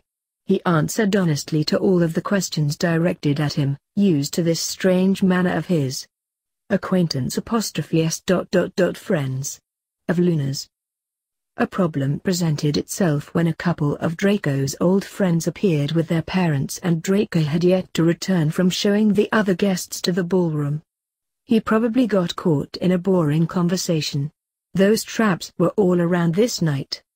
As expected, the children were all lumped together. These events only supposed to attract those of like mind and thus their children should naturally get along famously. And this was one of the issues with trying to stir things up.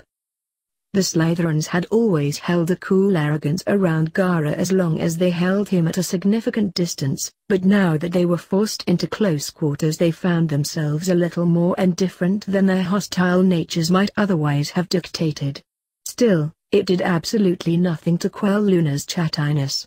Gaara couldn't imagine anything that could, and he had been trying since she arrived. He was just thinking of alternative methods of escaping when he noticed the looks the Slytherin teens were throwing at Luna, who had moved on to something about a conspiracy of Spanish wizards to monopolize all of the bees in the world. They were too afraid to openly scorn Gaara despite his many shortcomings in their eyes, but Luna was an outsider and was, even by Gaara's admittance, annoying, so they did nothing to hide their hatred. Gaara might have been convinced that Luna truly didn't notice her schoolmates' looks were it not for the fact that she was looking everywhere but in their direction, and she was getting even chattier, if that was possible. He found Luna annoying, and he still wasn't sure what constituted a friend but she qualified, but even so, he found himself glaring directly at the Slytherins and then he growled. He didn't often growl at people, even when he was in the habit of causing spontaneous bouts of incontinence in his home village when he was younger. Evidently something has upset him, but what? Gaara puzzled over what had put him in such a bad mood so suddenly until he admitted that it probably was because they were acting so coldly to his friend. He was going to have spent some time in the coming days trying to discern what his standards for friends were, considering who he had a tendency to socialize with in this world and his own. The Slytherins took notice of the silent, serial killerish teens threatening within seconds and were cowed quickly. Wondering how much he could get away with before one of the adults intervened, Gaara advanced on the cowering Slytherin snobs with less than pacifistic intentions. Fortunately for all involved, Draco was the one to intervene and before Gaara worked out some of his misplaced aggression on his classmates. "Well," he interjected, placing himself between Gaara and the people stupid enough to set him off, "if you would be kind enough to follow me, I can show you all to the main event." As if what they had been suffering through so far might actually be considered a social event. If it really was just a precursor to the night's main event, the festivities would likely involve serious physical torture. Gaara looked on with a smirk as the teenagers were hot on Draco's heels as the next lot of partygoers was ferried to the ballroom. And in all of this tenseness and pressure, Luna had hardly stopped for breath as she continued on with her ramblings. She was a nervous talker. Well, she was naturally a talker, and a loquacious, nervous chatterbox when stressed. It wasn't until the crowd had turned the corner that Gaara realized that Luna had failed to accompany the group that included her parents, and the Minister of Magic. As irritating as her theories and ideas were, Gaara found himself enjoying the presence of a mindless distraction in this boring evening. Plus, in a tenuous way, Luna reminded him of his equally vapid blonde friend back home. Gaara was a creature of habit and he gravitated towards the familiar. He was finding. At least this one wasn't reminiscing about the time he defeated a comrade by farting in his face. For all of his refinement and sophistication, Gaara really didn't have the highest standards for friendship. As time wore on, Gaara even engaged Luna a little, adding his own ideas to her outlandish theories and conspiracies. The only way to deal with Luna, Gaara found, was to just humor her, otherwise it brought conversations to a halt. Plus, some of them were arguably quite amusing. He was just considering the realistic likelihood of the Mole royal family actually being made up of human-shaped reptiles, admittedly, rather low, when the final young party guest was thrown into their midst. Luckily, it was the ever-friendly, if a little timid, Miles Bletchley. In fact, the only time Miles would step outside of himself was when it was concerning Quidditch. It was then that Gaara realized that Luna's own lunacy did not preclude her from the cultural insanity of Quidditch. It turned out that she was actually quite the fan. Great. Time in all of its relativistic glory slowed down to a halt for the next 10 minutes as Luna and Miles exchanged witty blows in a Quidditch debate that lost Gaara's interest after the third syllable.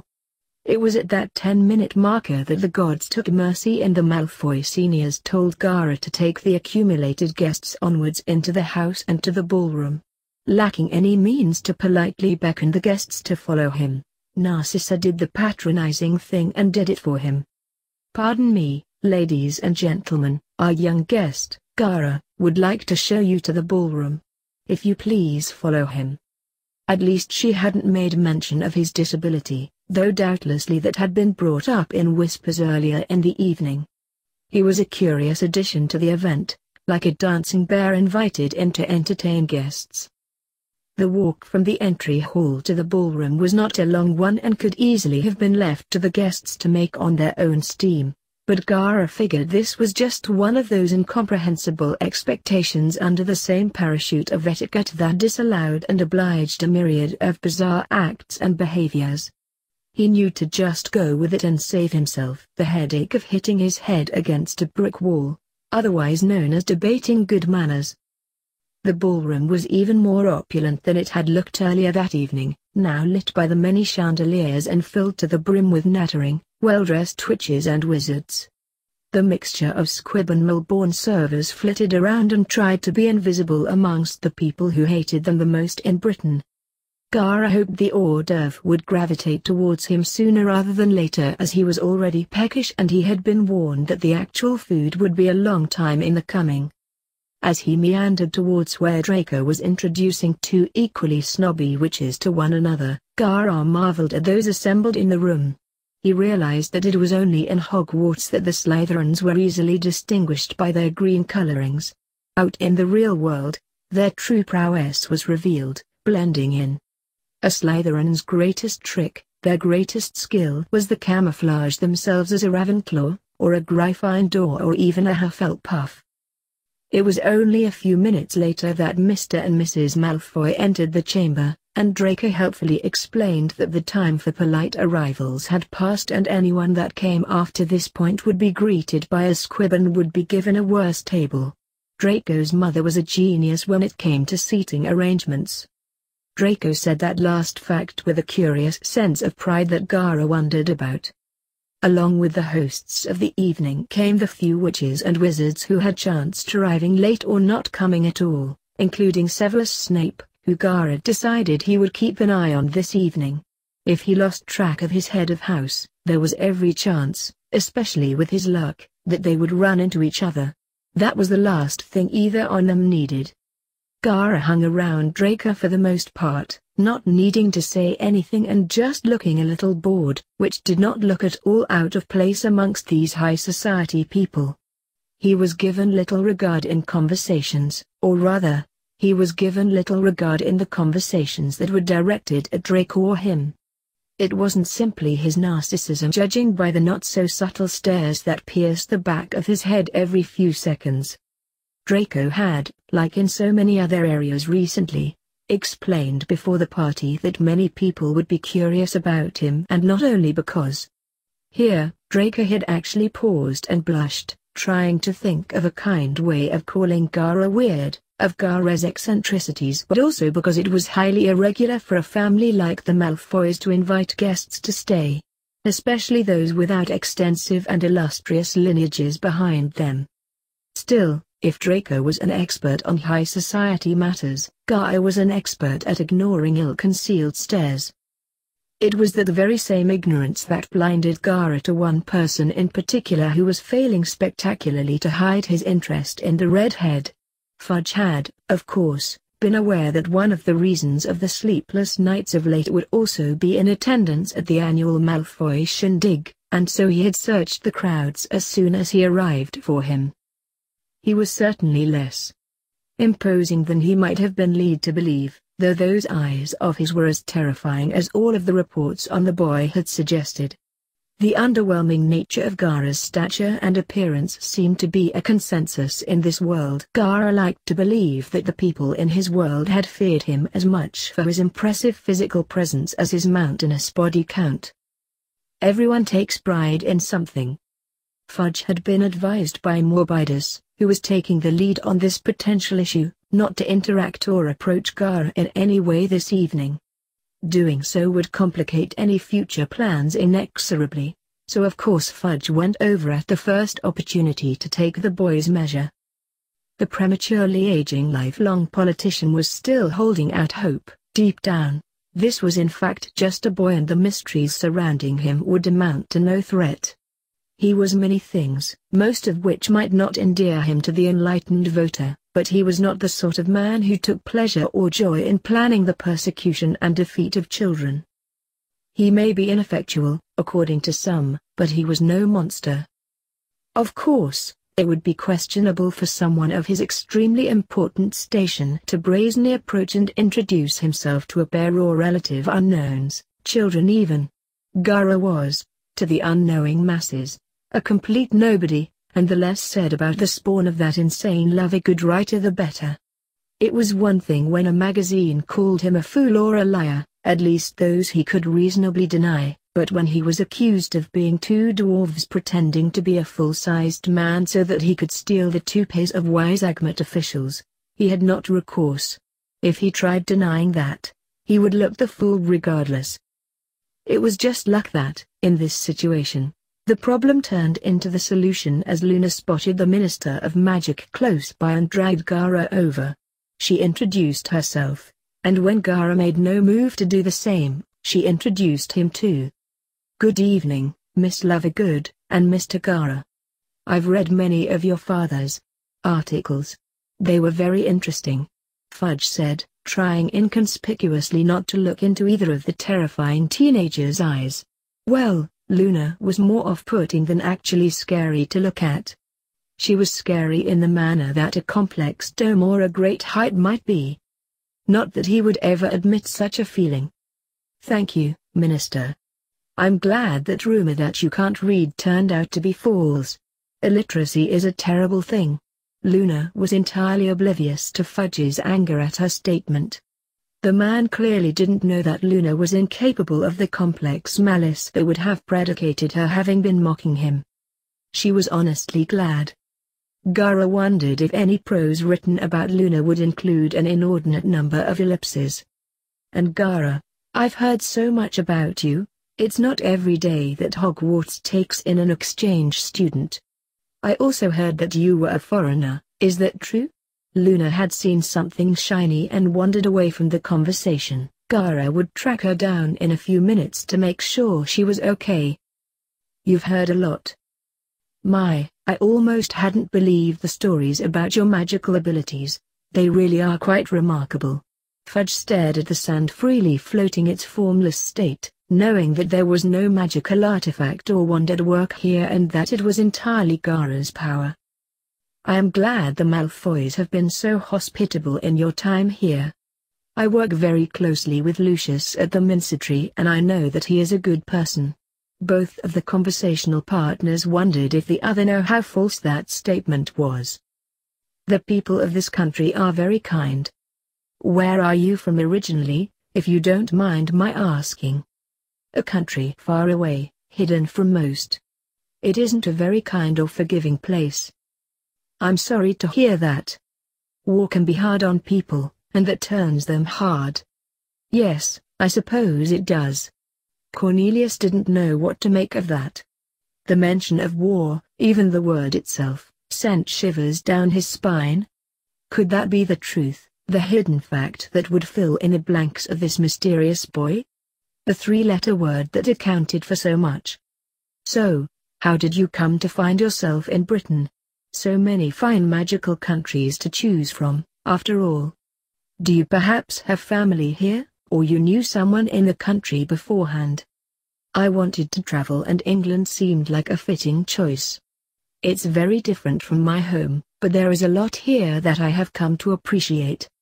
And your parents? It was hardly normal for a boy, not even at his majority, to travel to distant countries and spend at least a school year there, not without a good reason. It wasn't. I am an orphan. Gaara didn't usually hold much of an emotional inflection on his face as he spoke, and talking about his dead parents was not different. He hated his father, and the less said about his non-existent relationship with his mother the better, but he didn't particularly feel anything when discussing their deaths. It was natural to him. I am sorry to hear that. Fudge noticed the Malfoy boy coming towards them. From what Morbius had told him, Draco was already quite close to Gaara and knew his opportunity was at an end. And I didn't mean to give you the third degree. You see, the ministry seems to have lost their records from when you entered the country, and it seemed like a perfect opportunity to perform the routine checks myself. Besides, it was a pleasure to meet you. With Draco almost to them, Fudge nodded his head one final time and strolled away to the closest circle that was of high enough class to host him. What did the minister want with you? Draco greeted Gaara. Gaara shrugged a little and turned towards where he had seen someone carrying trays of little morsels. Narcissa had insisted that none of them eat lunch as it would not do to be bloated before the party. Whatever that meant. He was intercepted by the woman herself and had to watch the last trays leave the room while Narcissa subtly fussed over both his and Draco's hairs and robes. Draco's hair was never out of place to begin with, ever, and Gaara's was a lost cause. Draco knew to stay still until the henpecking was finished, as there was nothing he could do to expedite it, but Gaara squirmed relentlessly under the all-too-familiar attention. Draco's mother reminded him far too much of his sister. Mrs. Malfoy walked the two boys around the crowds until they came upon Luna and her father, spiritedly debating one thing or another with a few other guests. Narcissa held her breath until the other people, all much more important than Xenophilius Lovegood, began to laugh along with him. She deposited Gaara there and dragged Draco back towards the head table where the minster, her husband and a few other choice individuals were preparing to be seated for dinner. Gaara, despite being a personal guest of the Malfoy family, was a nobody and was relegated to sitting with the other nobodies, aka everyone that Draco had whimsically invited. They were close to the back of the hall and would likely not draw much attention there. Everyone took their sweet time in moving towards their assigned seats, and when everyone was sat at the dozens upon dozens of round tables, Lucius stood up and began the first of his many toasts and speeches of the meal. It was for this very eventuality that Gaara had surreptitiously snuck in a small book inside his robes. He had been afraid that Narcissa might notice, but from the look on her face when she spotted him with the book in his hands, he had to guess she would not have permitted it had she known. Luckily her hands were tied and she could do nothing to confiscate his distraction for now. Draco had paled and then stifled a wry smile at the sight. The food was good, but Gaara would have settled for mission rations if they had come sooner. When everyone had finished, and Gaara was sure he could go a few days without interacting with anyone, the party-goers moved back on the hall floor and some began to dance. Gaara honestly found it hilarious that Draco was kept so busy by the eligible bachelorettes vying for his attention. He had had no idea that Draco was such a snappy dancer. Luna eventually asked him to dance but didn't look all that upset when he flatly turned her down. He had glibly told her maybe next time I'm at a dance. He wouldn't be here this time next year, with any luck, and he surely wouldn't come to one of these parties again if he had any say in it. Gaara was soon treated to the sight of Slytherins getting drunk. The high society members left when it was polite to do so, but the slightly less reserved men and women took their chance to let loose and have a good time, and even the Malfoys, stone sober, of course, looked to be enjoying themselves a little. Draco looked like he was happy when he finally got a chance to stop dancing and have a rest. He gravitated towards Gaara at his first break and counted on Gaara's patented exclusion zone to keep any further suitors at bay. The night wore on and soon the departing guests snowballed and everyone had left, except for a couple of stragglers. Luna had been very thankful to the Malfoys and to Gaara, though he had tried to explain that it wasn't right to thank him as it wasn't his party and he had no part in planning it, before she helped her totally plastered father into the flu. The other moderates that Draco had invited were similarly thankful, but in a much more respectable and reserved fashion. The time came that there were only two families still keeping the hosts and Gaara from settling down for the night. The Crab and Goyle had clearly planned to stay behind after everyone else, in order to get Lucius alone and continue to try and re-endear themselves to him. Such desperation was hardly befitting purebloods and Death Eaters, but without the Malfoy family's close backing, both the Crabs and Goyle had little hope of staying above the Weasley poverty line. The only reason that Lucius had already invested so much of his time and so many of his resources in the useless lot was because he had needed underlings. He had cut them off as a warning and a punishment for their son's actions, but he had found his burdens lightened without them around. Now he had absolutely no need of either family, and he was not afraid to let them know it. Sadly, decorum would never allow him to kick out guests that he had personally invited. It was after 10 minutes of casually suggesting that the party was over that Gaara proved his utility to the Malfoy family. Both the Crabs and Goyle had tried to keep most of the party-goers between them and Gaara the entire evening, and now that there were no more witches and wizards to act as barriers, they subtly tried to place the Malfoys between them and Gaara, who was sedately sitting at one of the nearby tables, suffering from the fatigue associated with intense boredom. It was just about when Crabs now started off about his latest business venture, and dropping conspicuous hints about needing a financial backer, that Gaara had had enough. He slid out one of his kunai loudly and began to sharpen it on his small battlefield whetstone. Of course, none of his knives needed sharpening. Kankuro's weapons, which he often borrowed, could stay sharp with months of use. And the kunai he had borrowed before he left had hardly seen any use at all. But none could deny the intimidating effect the sound of metal scraping against the grinding stone had on the quiet audience. The Crabs and Goyle were undeniably scared and their sons broke into cold sweats.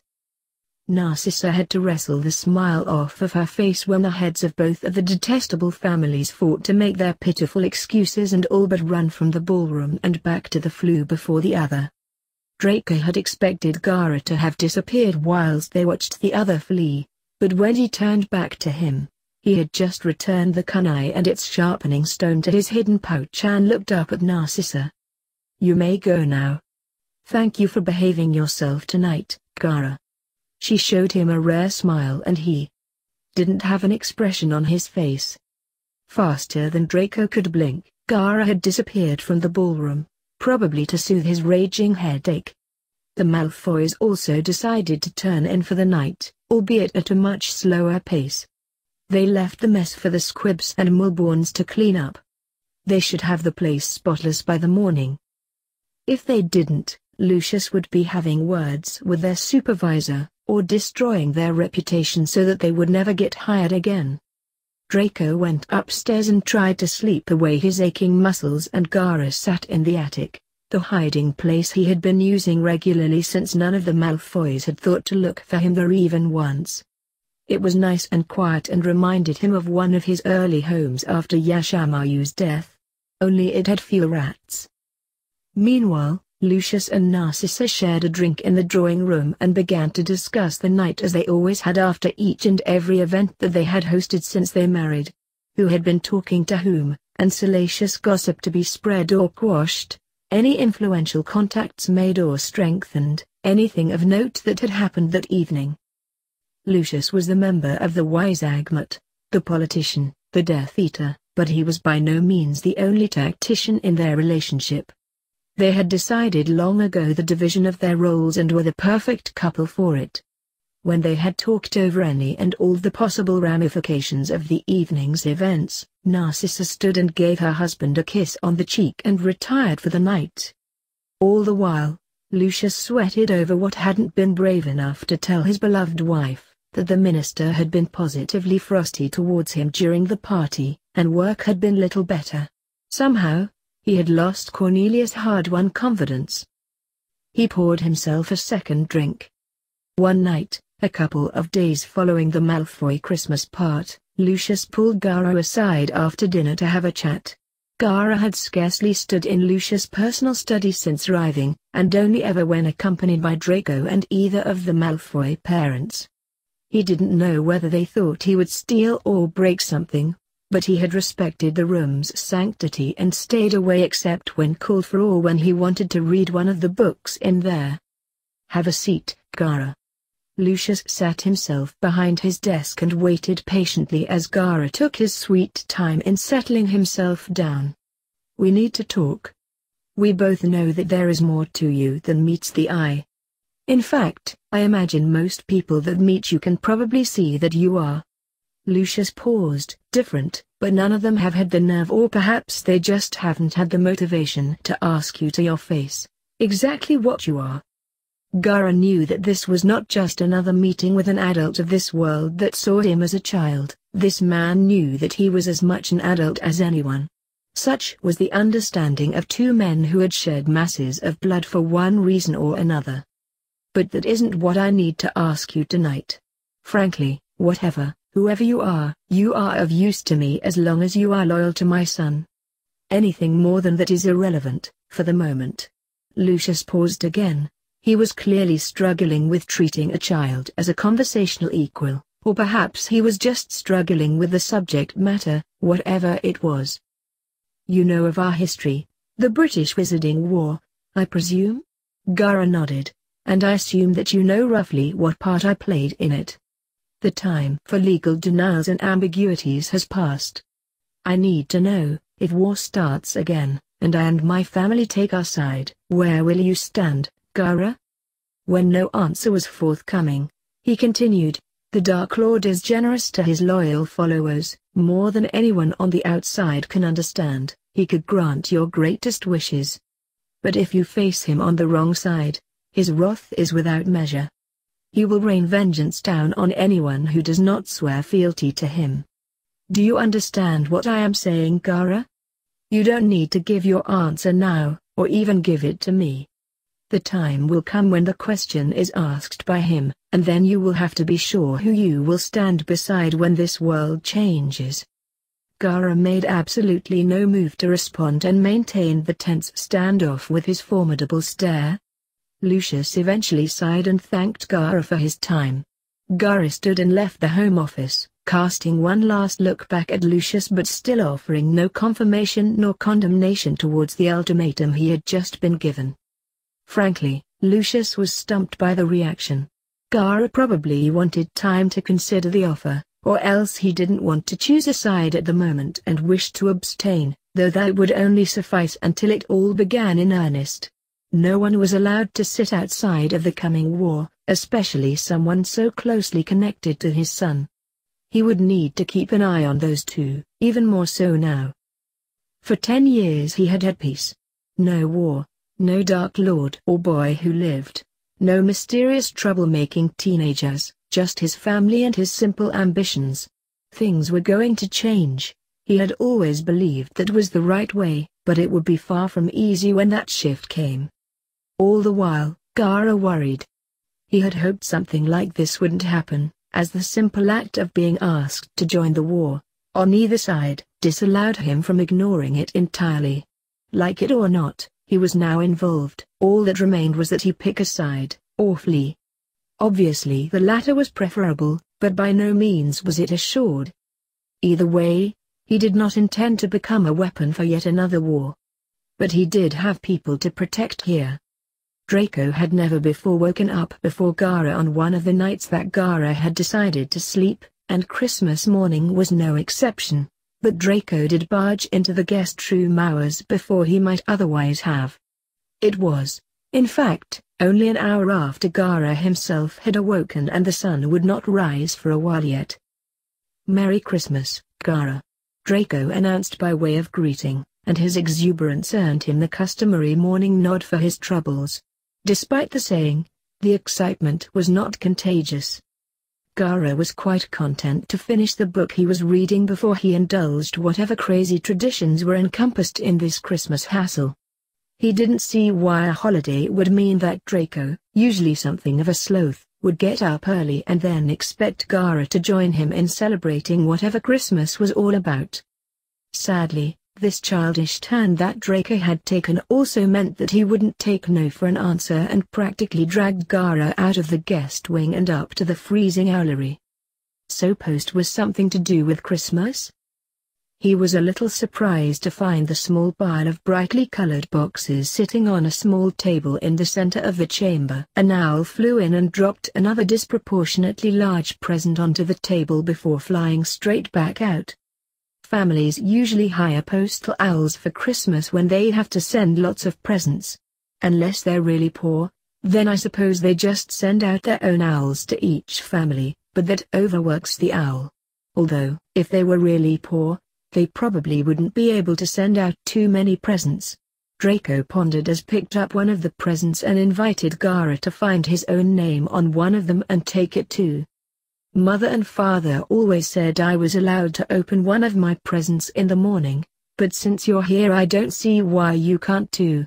The rest will be taken down to the drawing room later on.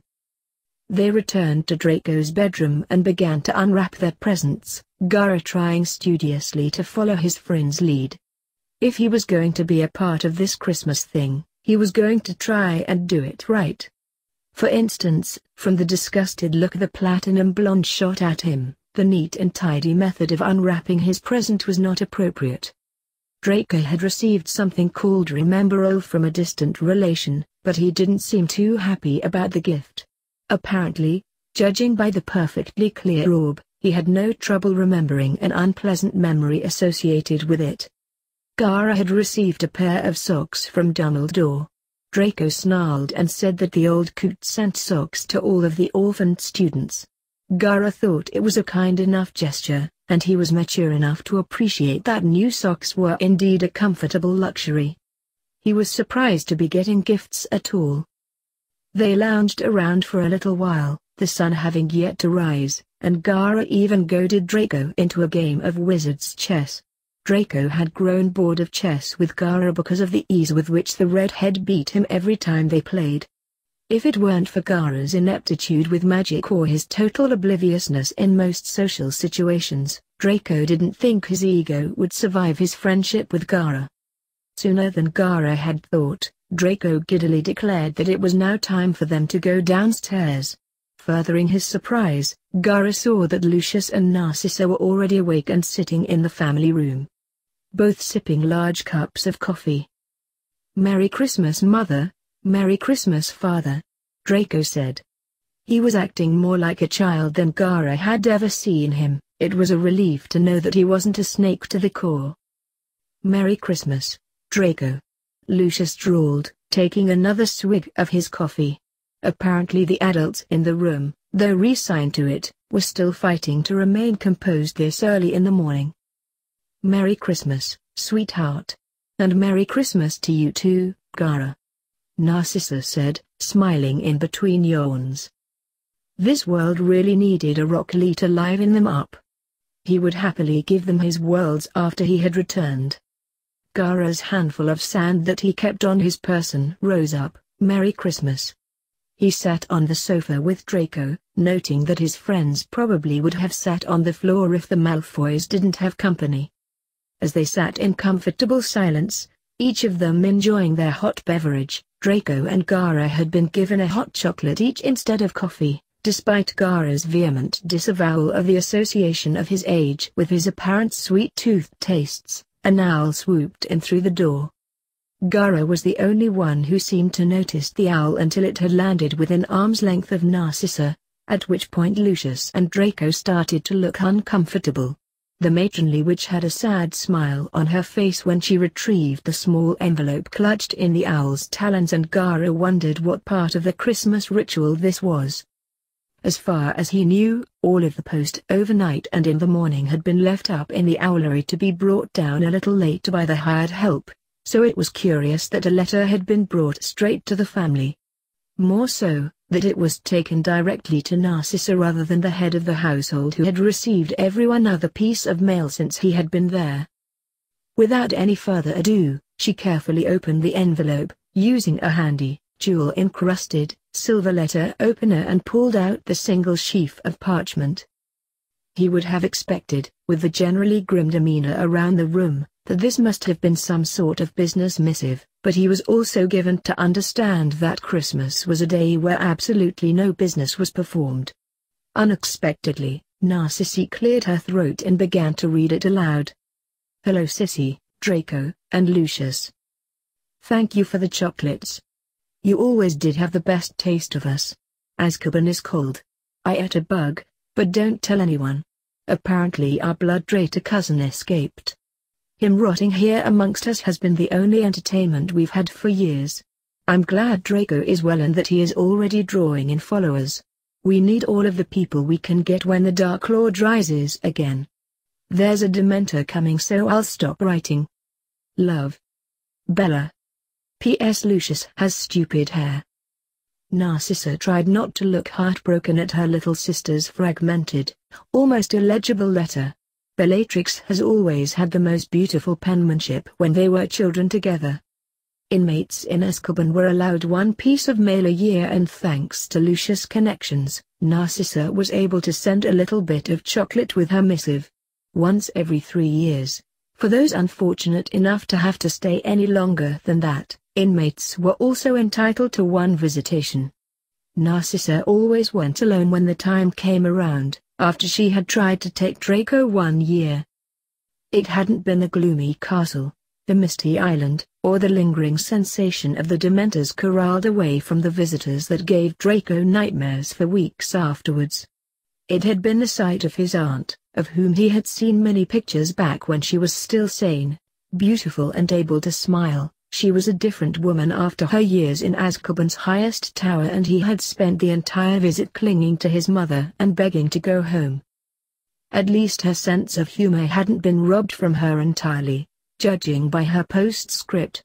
Bella had never liked Lucius and she had taken every chance to belittle him. Some things would never change. Aunt Bellatrix is in Azkaban because she fought for the Dark Lord in the war. She refused to deny him at her trial, so she didn't get away with it. Draco whispered to Gaara as Narcissa reined in her emotions and slid the parchment onto the side table to be filed away later on. Enough maudlin emotions. Today is for jollity. Lucius, I think the boys have waited long enough to open their presents, don't you? I suppose there's no sense in waiting, is there? Lucius was still a little miffed about that hair comment. Draco all but dived towards the piles in front of them and picked up the nearest to him and distractedly sat back into his plush seat, the brightly wrapped box in his lap. With a visible second thought, Draco glanced over at Gaara and seemed to want him to do something, and it occurred to him that he was expected to join in and take a present too. A quick glance to the pile closest to Draco told him that they were all addressed to the platinum blonde, whereas the smaller pile closer to his seat was for him. It disturbed him to know that whoever had arranged the gifts had somehow known that he would sit where he had. Unless they had simply known that Draco would instinctively take the seat with the biggest pile of gifts. They each opened their gifts, Draco following Gaara's lead in carefully peeling the paper off now that they were being observed by the eagle-eyed Malfoy adults. And so went the better part of the morning.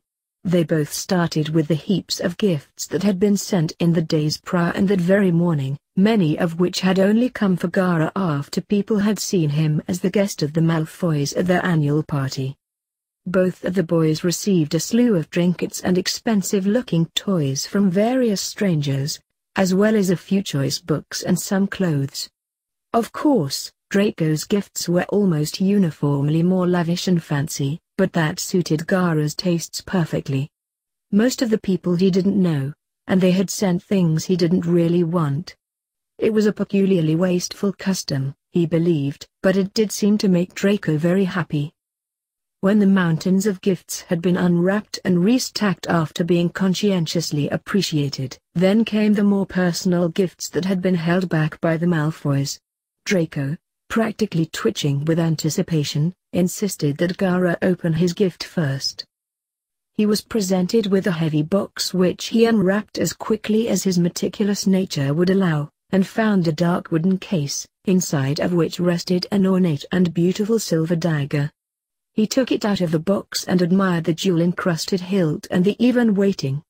It was a terribly impractical weapon. He could only imagine the blisters that would form if one were to try wielding such a bumpy handle in battle, but even still he admired its beautiful craftsmanship. It was a nice, semi-thoughtful gift, but, judging by the hopeful looks that Draco kept shooting at his mother and the quiet satisfaction she kept shooting back, Gaara guessed that the Malfoy matriarch probably had a rather prominent role in the selection of this gift. As if by an afterthought, Draco also passed him a wrapped piece of cloth, by the feel of it, and hastily told Gaara that he had almost forgot that he had gotten him another gift as well. The surprised looks on the Malfoy parents' faces told Gaara that Draco had most likely not asked, begged, his mother for help with this particular gift, and the reason became apparent. A simple winter cloak was not a proper gift to give to a friend. It might imply that the individual was too poor to buy their own, which, strictly speaking, was true.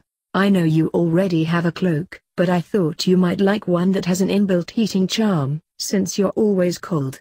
Draco spoke flippantly, obviously not caring much for the, relatively speaking, inexpensive present nearly as much as his friend's reaction towards the sentiment behind it. Thank you, Draco.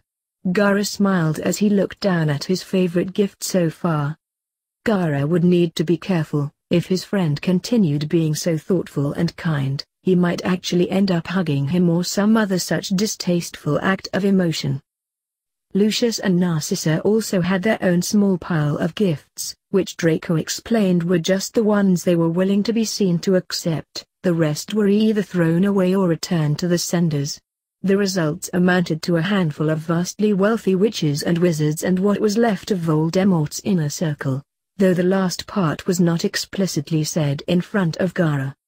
A late arrival came just as Lucius was exclaiming sardonically to Narcissa how unexpectedly generous the crabs and goyles have been this year before setting the last gift down absent-mindedly. The owl tapped at the lead-paned window impatiently, clearly an owl for hire not best pleased with being sent out in the dead of winter on such a long delivery. Look at that, Lucius practically snarled in disgust, to send a rental owl to deliver a Christmas gift, and to do so late. He took out his wand and Gaara thought for a moment that he might hex the poor frostbitten bird, but instead the window popped open briefly to allow the bird entry. In its icy talons, it clutched a box just the right size to hold a sensible pair of shoes, or so Gaara thought as he got up from his plush seat and walked over to the fire to retrieve it. Lucius seemed further upset by this delivery bird's show of contempt. To have the client, or more likely the guest of a client, come to it rather than presenting the delivery to the intended recipient. Surely none of his contacts would be so crass. Gaara, dear, give that box to Lucius without opening, would you? Narcissa said with well-veiled urgency. Gaara did so, understanding that there might be a trap of some sort on or in the parcel. It was a great disadvantage to be so unaware of the possibilities and potential for combat and espionage in magic. He might need to spend some of his research time actually looking into other uses for magic and not just his usual search for a way home. Lucius performed a series of meaningless, to Gaara, movements with his wand and then, when nothing seemed to happen, he huffed and handed the parcel over to Narcissa with a nod. Well, let's just see who. Oh, Narcissa said while looking at the addressee on the box, it says it's for Gaara and Draco. Surely not just for the boys? Lucius exclaimed, leaning over to get a look as well. Not only did it only refer to the boys, making no mention of he and his wife, but it even put Gaara's name before their own sons. The atmosphere, previously warm and congenial, as much as the Malfoys could muster, turned a tad awkward as Lucius handed off the gift to Gaara again and sat back to watch him open it on behalf of Draco and he. They expected it to be from some mudblood acquaintance of Gaara's who did not understand how insulting their gift had been, let alone their existence.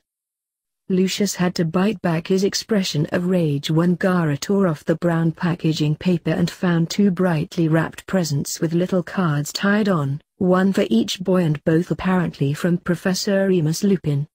It wasn't Sir Malborn who was unaware of proper manners, it was the mongrel teaching his child who knew exactly how he was insulting he and his wife. Leave it one of those four to use something as simple as a gift as a chance to score points. Bloody marauders. Still, better the disease commoner than any of the others. Though, at least that scum Pettigrew had had the good sense to stay away since his apparent death those years ago, and Black wasn't in any position to be sending gifts to anyone at the moment. Then there was Potter. Lucius' good mood restored. He watched his son and his son's friend open their last gifts with curiosity. After all, that Lupin was as poor as one would expect of a man who had never been able to hold down a steady job in his life, for good reason. Lucius couldn't imagine how or why he was buying Christmas presents for two amongst many students he had only met earlier that year. In Draco's box were some Bertie Bott's every flavor beans and a new and rather unheard of book detailing the advances in Mole society and technology over the past 200 years. Both things guaranteed to bother Mr. and Mrs. Pureblood. Plug-in sweets and prescribed literature. They would have Draco give them the book later, in private, otherwise it might give Gaara the wrong impression about the family. They wouldn't mind if he got the idea that they were snobs or blood purists, since they proudly were, but they would not be seen to be rude. They didn't hold out hope that they would be able to pry those sweets from their son's clutches any time soon, so they would let that one slide for now. Narcissa personally wondered what Lupin might have gotten Gaara, and whether or not it would simply be another slap in the face for Lucius. Gaara's box was smaller than Draco's, fitting snugly in the palm of his dainty hand, and inside there was a small, red, velvet bag tied with golden string. Gaara poked it open with his index finger and was surprised when his probing finger didn't feel the bottom of the bag and his palm, but instead kept on going in. His entire arm fit inside of the tiny bag with ease, and Gaara guessed he could fit a horse in his new personal storage and still have room for all of his otherworldly possessions. "Oh, that's a very practical gift for your professor to buy you," Narcissa said. "I wonder, is he buying gifts for all of his students this year? I imagine that would likely be quite the expense if they are all as lavish as your own. I would wager it would put a dent in our expenses to buy so many presents." "I think it's because Professor Lupin has been giving Gaara extra lessons after school to help him catch up," Draco said, already popping a few beans into his mouth. "He got lucky this time, all food flavors. He probably got me one as well so I wouldn't feel left out, or some such thing," Draco finished, trying to offer a reluctant Gaara a red jelly bean. "Oh yes, I seem to remember you mentioning something Gaara having a tutor," Lucius said. "I suppose even a reprobate like Lupin might have his uses." He seemed loath to admit even this small concession in his judgment of the man.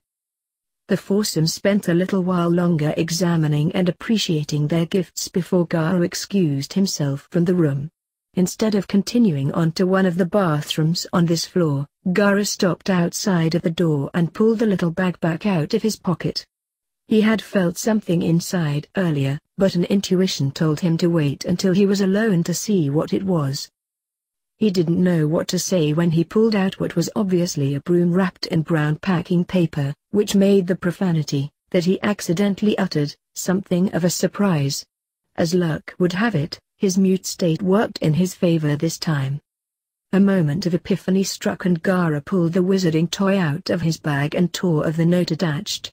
He shoved the paper in his pocket quickly and let himself back into the drawing room in time to see Draco get a scolding from his mother for pulling a face after he had tasted a particularly unpleasant jelly bean. "What do you have there, behind you, Gaara?"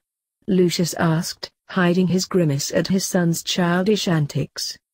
"A Christmas present for Draco." Gaara's speaking sand moved without his gesture or notice. Pulling his face into something more heartfelt, he said, "But Gaara, I said you didn't need to worry about getting any presents this year. The "because you don't have any money" was left unsaid.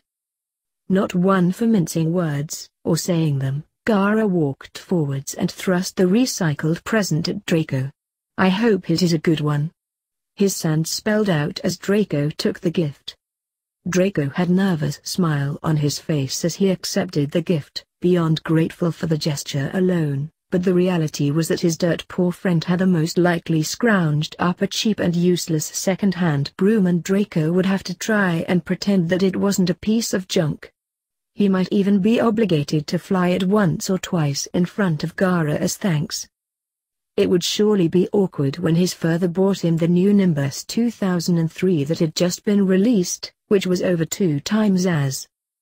He had a firebolt.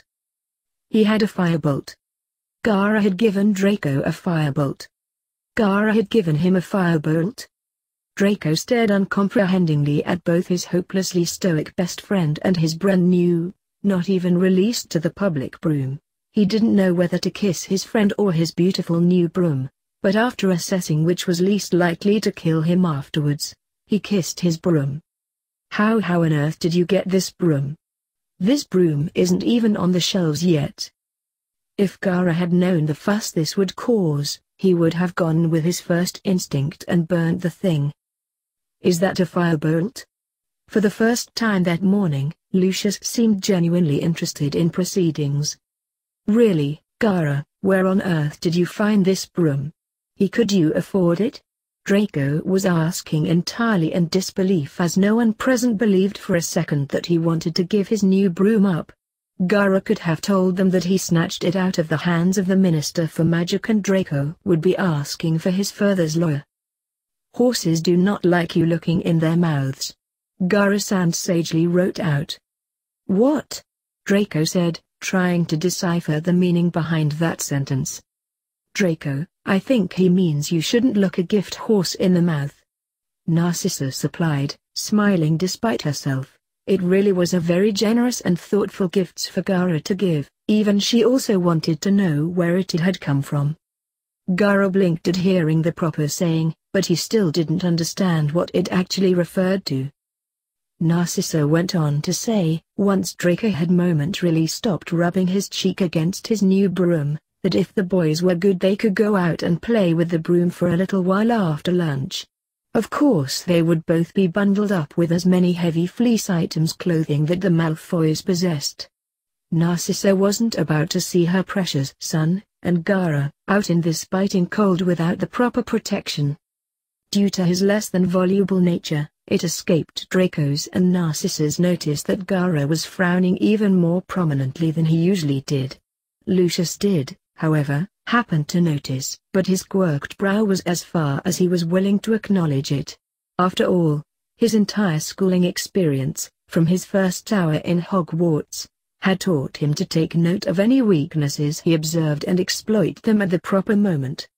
Granted, his son's best friend's immense dislike, fear of flying or brooms wasn't the most useful piece of information, but you didn't get to be where he was by ignoring anything you saw or heard.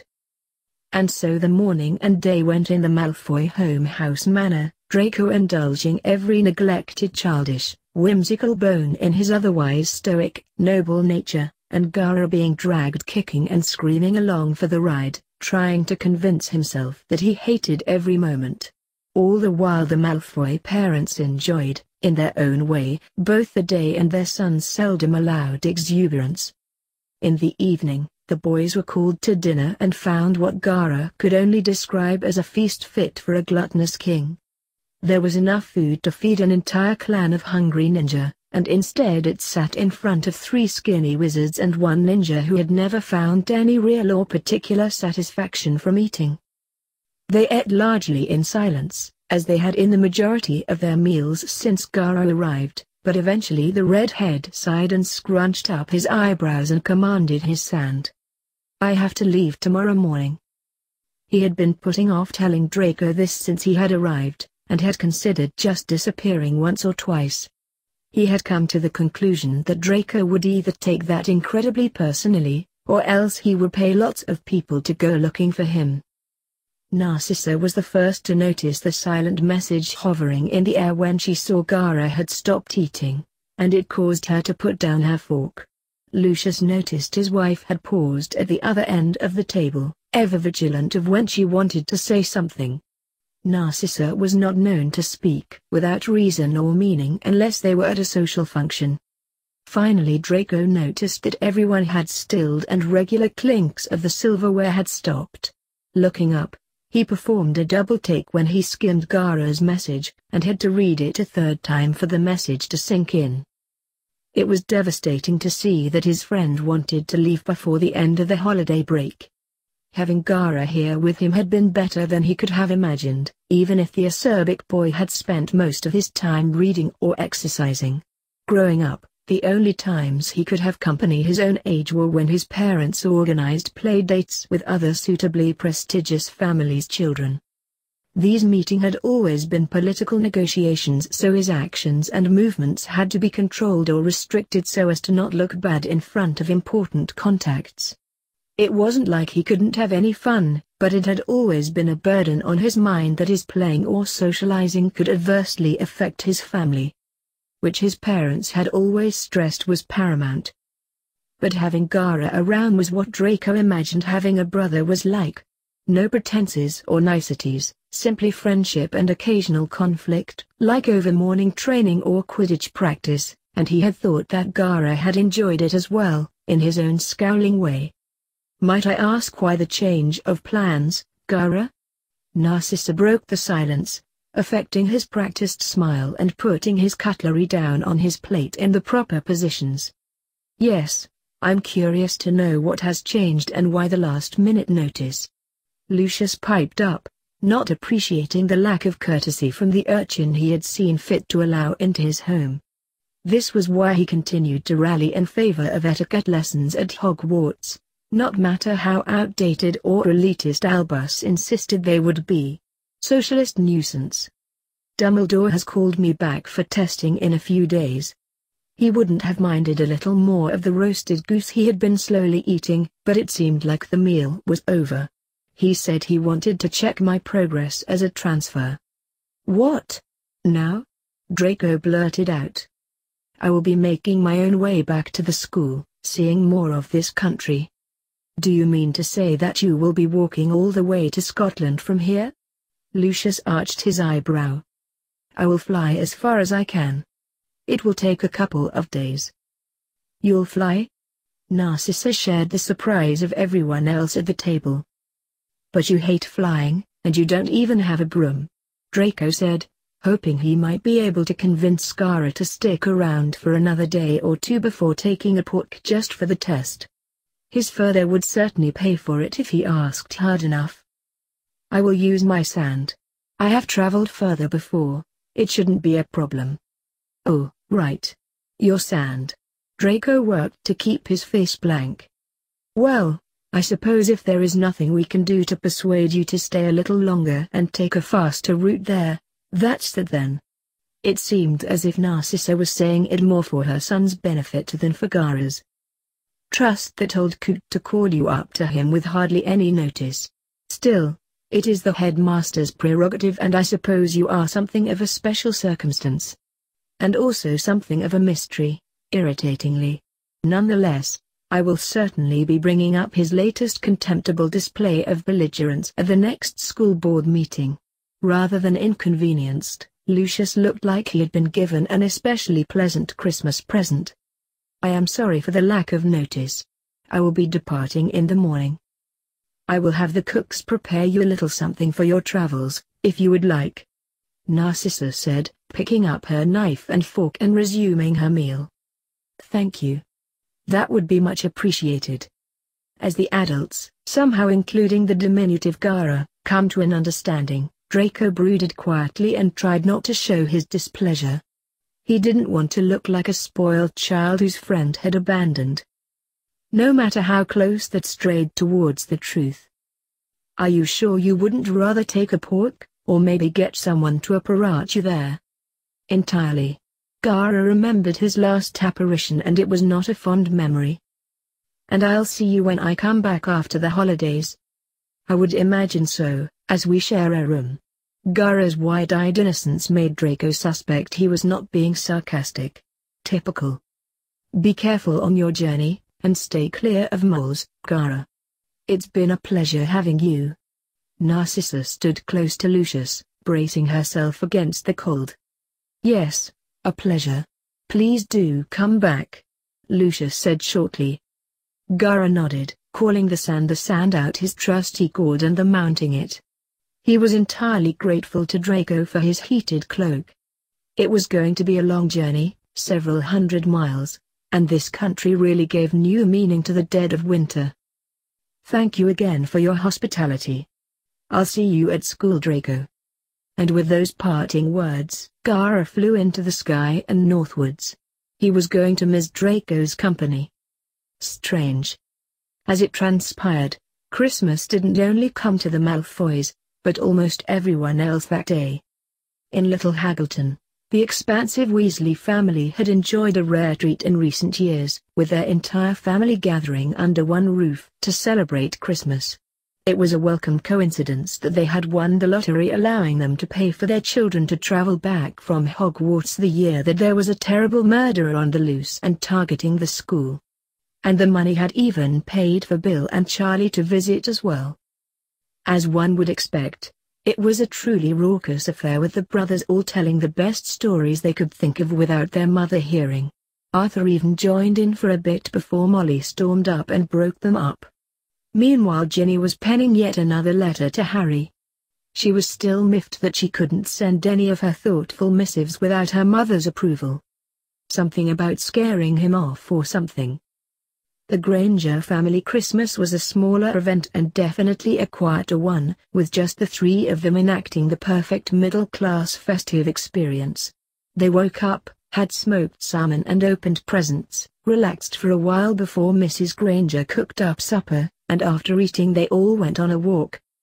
After hearing about the murderer on the loose, thanks to the headmaster's surprisingly open policy with regards to notifying mole parents about goings-on in the wizarding world, and after Hermione had been petrified last year, they had decided to bring her home and enjoy one of their long-neglected intimate family Christmases. Ignorant of this, Hermione was very contented in her home. She had missed sharing the holidays with her parents too. Harry was on his own again, for the first Christmas since he had found his true home here at Hogwarts. He wasn't the only Gryffindor to stay, he wasn't even the only boy in his dorm room to stay for the holidays, but without Ron and Hermione, he still felt a little abandoned, despite what he had said to repeatedly reassure Ron and Herm. There was no reason his tragic lack of a home to go back to should affect his friends' celebrations. Still, it had touched him that the two had tried to refuse their parents' invitations for his sake, but at Harry's insistence and their parents' demands, the two had gone home and left him. Neville was in the same boat, and so they spent the better part of the day together, consoling each other for their shared deficits. Harry didn't know the particulars of Neville's situation. He had always found such subjects in poor taste. Everyone just seemed to know his naturally, but he did know that Neville lived with his grandmother and that she wasn't the warmest person in the world. They opened the myriad gifts sold to them, including a pair of socks each from Dumbledore, and ate more sweets than they perhaps should have, considering Madame Pomfrey wasn't handing out stomach-soothing potions today. The letters they received, Harry sadly more than Neville, were nice, but Harry was ready to write the day off as a failed Christmas and set his sights and hopes on next year when he might really be able to feel the Christmas spirit. And then he received a late present from an unknown sender, and he'd know the shape anywhere. He tore the wrapping from his broom at the lunch table, ignoring the startled looks of those around him, which peaked when they saw exactly what type of broom he had been gifted. A firebolt, not even out on the market. Oliver Wood had been quietly chatting with his friend when he had seen Harry receive a broom. It was a perfect result because otherwise he would have had to use a school broom, infamous for their slow maneuvers and poor speed. And then he saw the firebolt and he jumped clear out of his seat. Finally, he would have the magical advantage over Slytherin again, like they had had in Harry's first year when he had the Nimbus 2000, but before that Slime Malfoy bribed the Slytherin team with 2001s. Perhaps not the typical Christmas tidings, but McGonagall was certainly glad to see some cheer in her house, because she was in no way showing any sort of preference for her house's Quidditch team. Albus was, as he usually was on this most holy of days, secluded in his office away from the students and staff at his wonderful school. The joy and good tidings of Christmas were for the young who had not seen everyone they loved pass on into the next great adventure.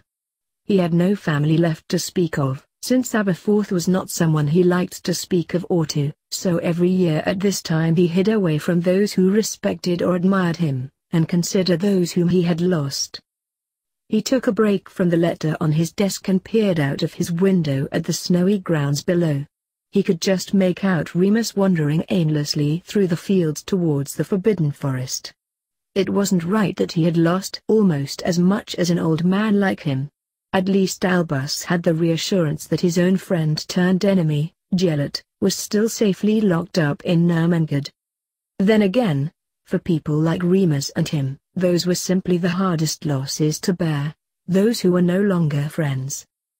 He knew Remus found a great solace in the woods surrounding the school. Whether that was due to his wolfish leanings, or because of the memories he held of his friends and him in the forest when they were students, Albus didn't know. But for people like them, Christmas was a time to remember those they would rather have spent the day with. He sat back down with a groan and finished his letter, already over 5 pages long and detailing all that had happened in the past year since his last letter and his kindest wishes to their recipient. He signed it off, with all of the love and care in the world, your enduring friend, Albus Percival Wulfric Brian Dumbledore, etc. After he had finished with a flourish, he sealed the envelope with his personal insignia and wrote on the front, to Gellert. With that done, Albus opened his lowest desk drawer and swept the thick letter into it, watching it fall atop the large pile of identical letters already gathering dust in the expansive drawer. Ermengarde didn't allow communication with their prisoner, under any circumstances or from anybody. He missed his friend. You scoundrel! Sirius bellowed as he swung his fist into the side of Remus' face. You idiot, I told you already, Remus barked back, wiping blood from his chin and managing a rather satisfying elbow to the side of Sirius's head. Boxing Day isn't until tomorrow. Who can wait until then? Sirius kneed Remus in the stomach and tried to punch him in the back of the head, but Remus grabbed his leg and unbalanced him, putting them both on the floor. They grappled for a while longer in the woods, their fight also keeping the frigid cold away for the moment, until finally they collapsed exhausted. That's how you know I've been affected by Azkaban. Once upon a time even the rat could have taken you this close to a full moon without breaking a sweat. Sirius panted, debating with himself whether he should transform before the cold hit him. Like it or not, Sirius, we're both old men now. We can't be rushing around like we used to. Speak for yourself. Old man, indeed. I'm only 31. You're 34, Sirius. You can't be serious. I'm not falling for that one. Now come on, it's only going to get colder and us old men need shelter. I'm not old. Sirius chased after his friend, determined that tomorrow's surprise rematch was going to put Moony back in his place. He wished he could have been there to see Harry's and Lily's faces when they received their brooms. No matter what Lupin said about Lily hating brooms and magical transport, Sirius knew that as soon as he saw he had a firebolt he would fall in love with it. After all, even some simpleton who didn't like Quidditch couldn't help but enjoy flying when they had such a piece of artwork with which to do it. Moony had just laughed. At least he knew that despite Gaara being in Slytherin, a lamentable twist of fate, only Gryffindor would get the boost for their Quidditch team. Even after Gaara started to enjoy flying, it would take him a while to get scouted for the team, so Gryffindor would undoubtedly have the edge for the rest of the year. They both returned to the Shrieking Shack and ate heartily and spoke of happier times in the past. It was the best Christmas either had experienced in the last 12 years. And later Remus would return to the castle and talk to Harry about his parents some more. Gaara had lied about Dumbledore calling him back, but all the same he had needed to travel back to Hogwarts before the holidays were up, and springing it on Draco was the best way to stop his friend from insisting on coming too. The full moon was on the 29th of December, only 3 days after Christmas, and Gaara was acutely aware of his vulnerability around that time. Since there was no way in whatever hell he still believed in that he would let Draco know about his problem, he had to leave the manor early. And since he was still largely ignorant about this England and its bordering countries, Gaara didn't feel confident about being powerless and looking like something of a fluffy morsel in a strange place. So he had decided to return to the grounds of Hogwarts for his inevitable and detestable change. The journey felt like twice the distance the maps indicated, perhaps because of the cold, or perhaps because every dozen miles he had to skirt around a city or a town or a busy road. He never would have made it in time if he had insisted on sleeping like his selfish body tried to insist upon. By the time he saw the peaks of the Scottish Highlands, he felt more tired than he could remember being in months. It didn't help that the nice packed lunch Mrs. Malfoy had given him had fallen off of his sand platform somewhere over the River Raven, and so he hadn't eaten in the past 2 days. A normal human probably would have collapsed 100 miles ago, under the combined strain of traveling so far and from hunger, but Gaara was by very few definitions a normal human. It was midday of the 28th and Gaara decided he would arrive tomorrow morning, once he had collected his clothes and sand from whichever tree he picked.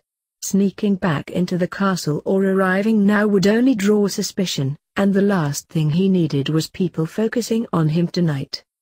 Fortunately, he had the foresight to bring a book and to leave the rest of his possessions with Draco. There was no need for his travels to be weighed down when he could have Draco bring everything to him. He could have spent the day with Sirius, but again he hit the problem of having to disappear again in the evening. He would see Sirius and Remus tomorrow, after he had checked in at the school. When the evening came, far too early in the day for Gaara's taste, he stopped off in the deepest parts of the woods and set down his gourd and most of what he had on him, just leaving his clothes on for the moment.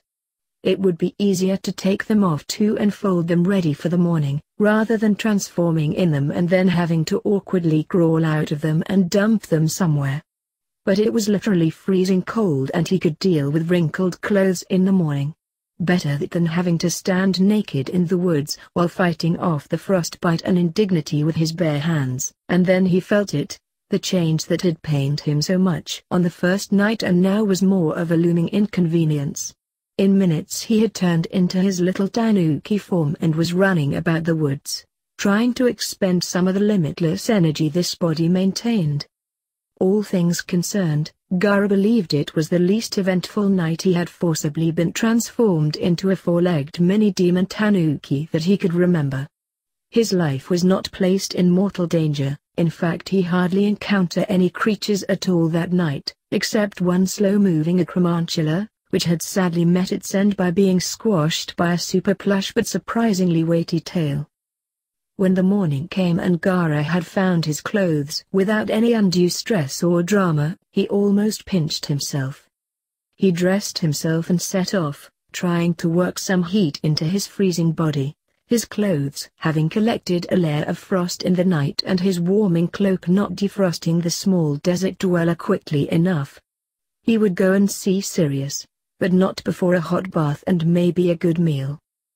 January 2nd came to Hogwarts along with the Hogwarts Express, and as they did every time the train pulled into the station, Minerva and Albus watched from atop the astronomy tower as the students swarmed back onto the station platform.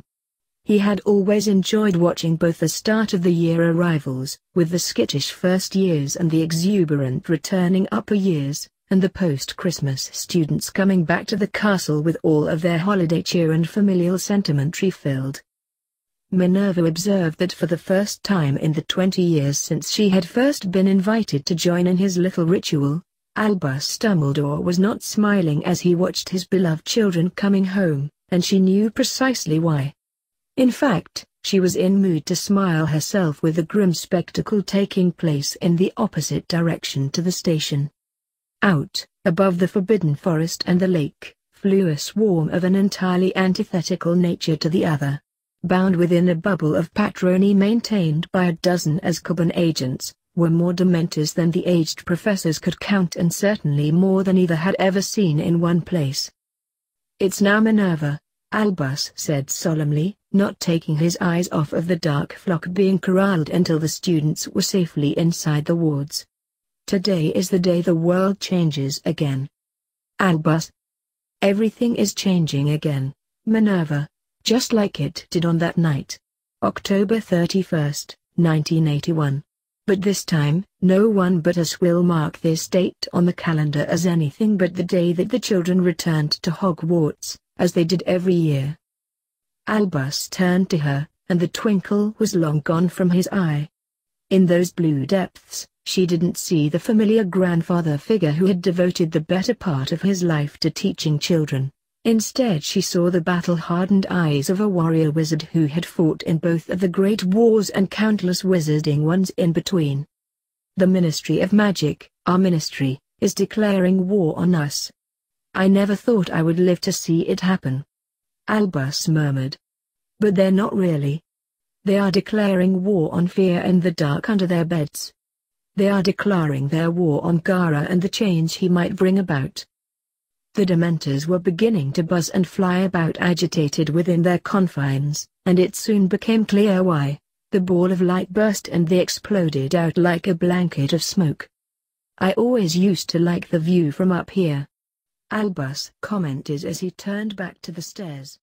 "It's a shame." Well, that's the ending of that chapter. I do hope you enjoy this video. If you like to see more, remember to hit that like button, subscribe to this channel and leave a comment down below. Until next time.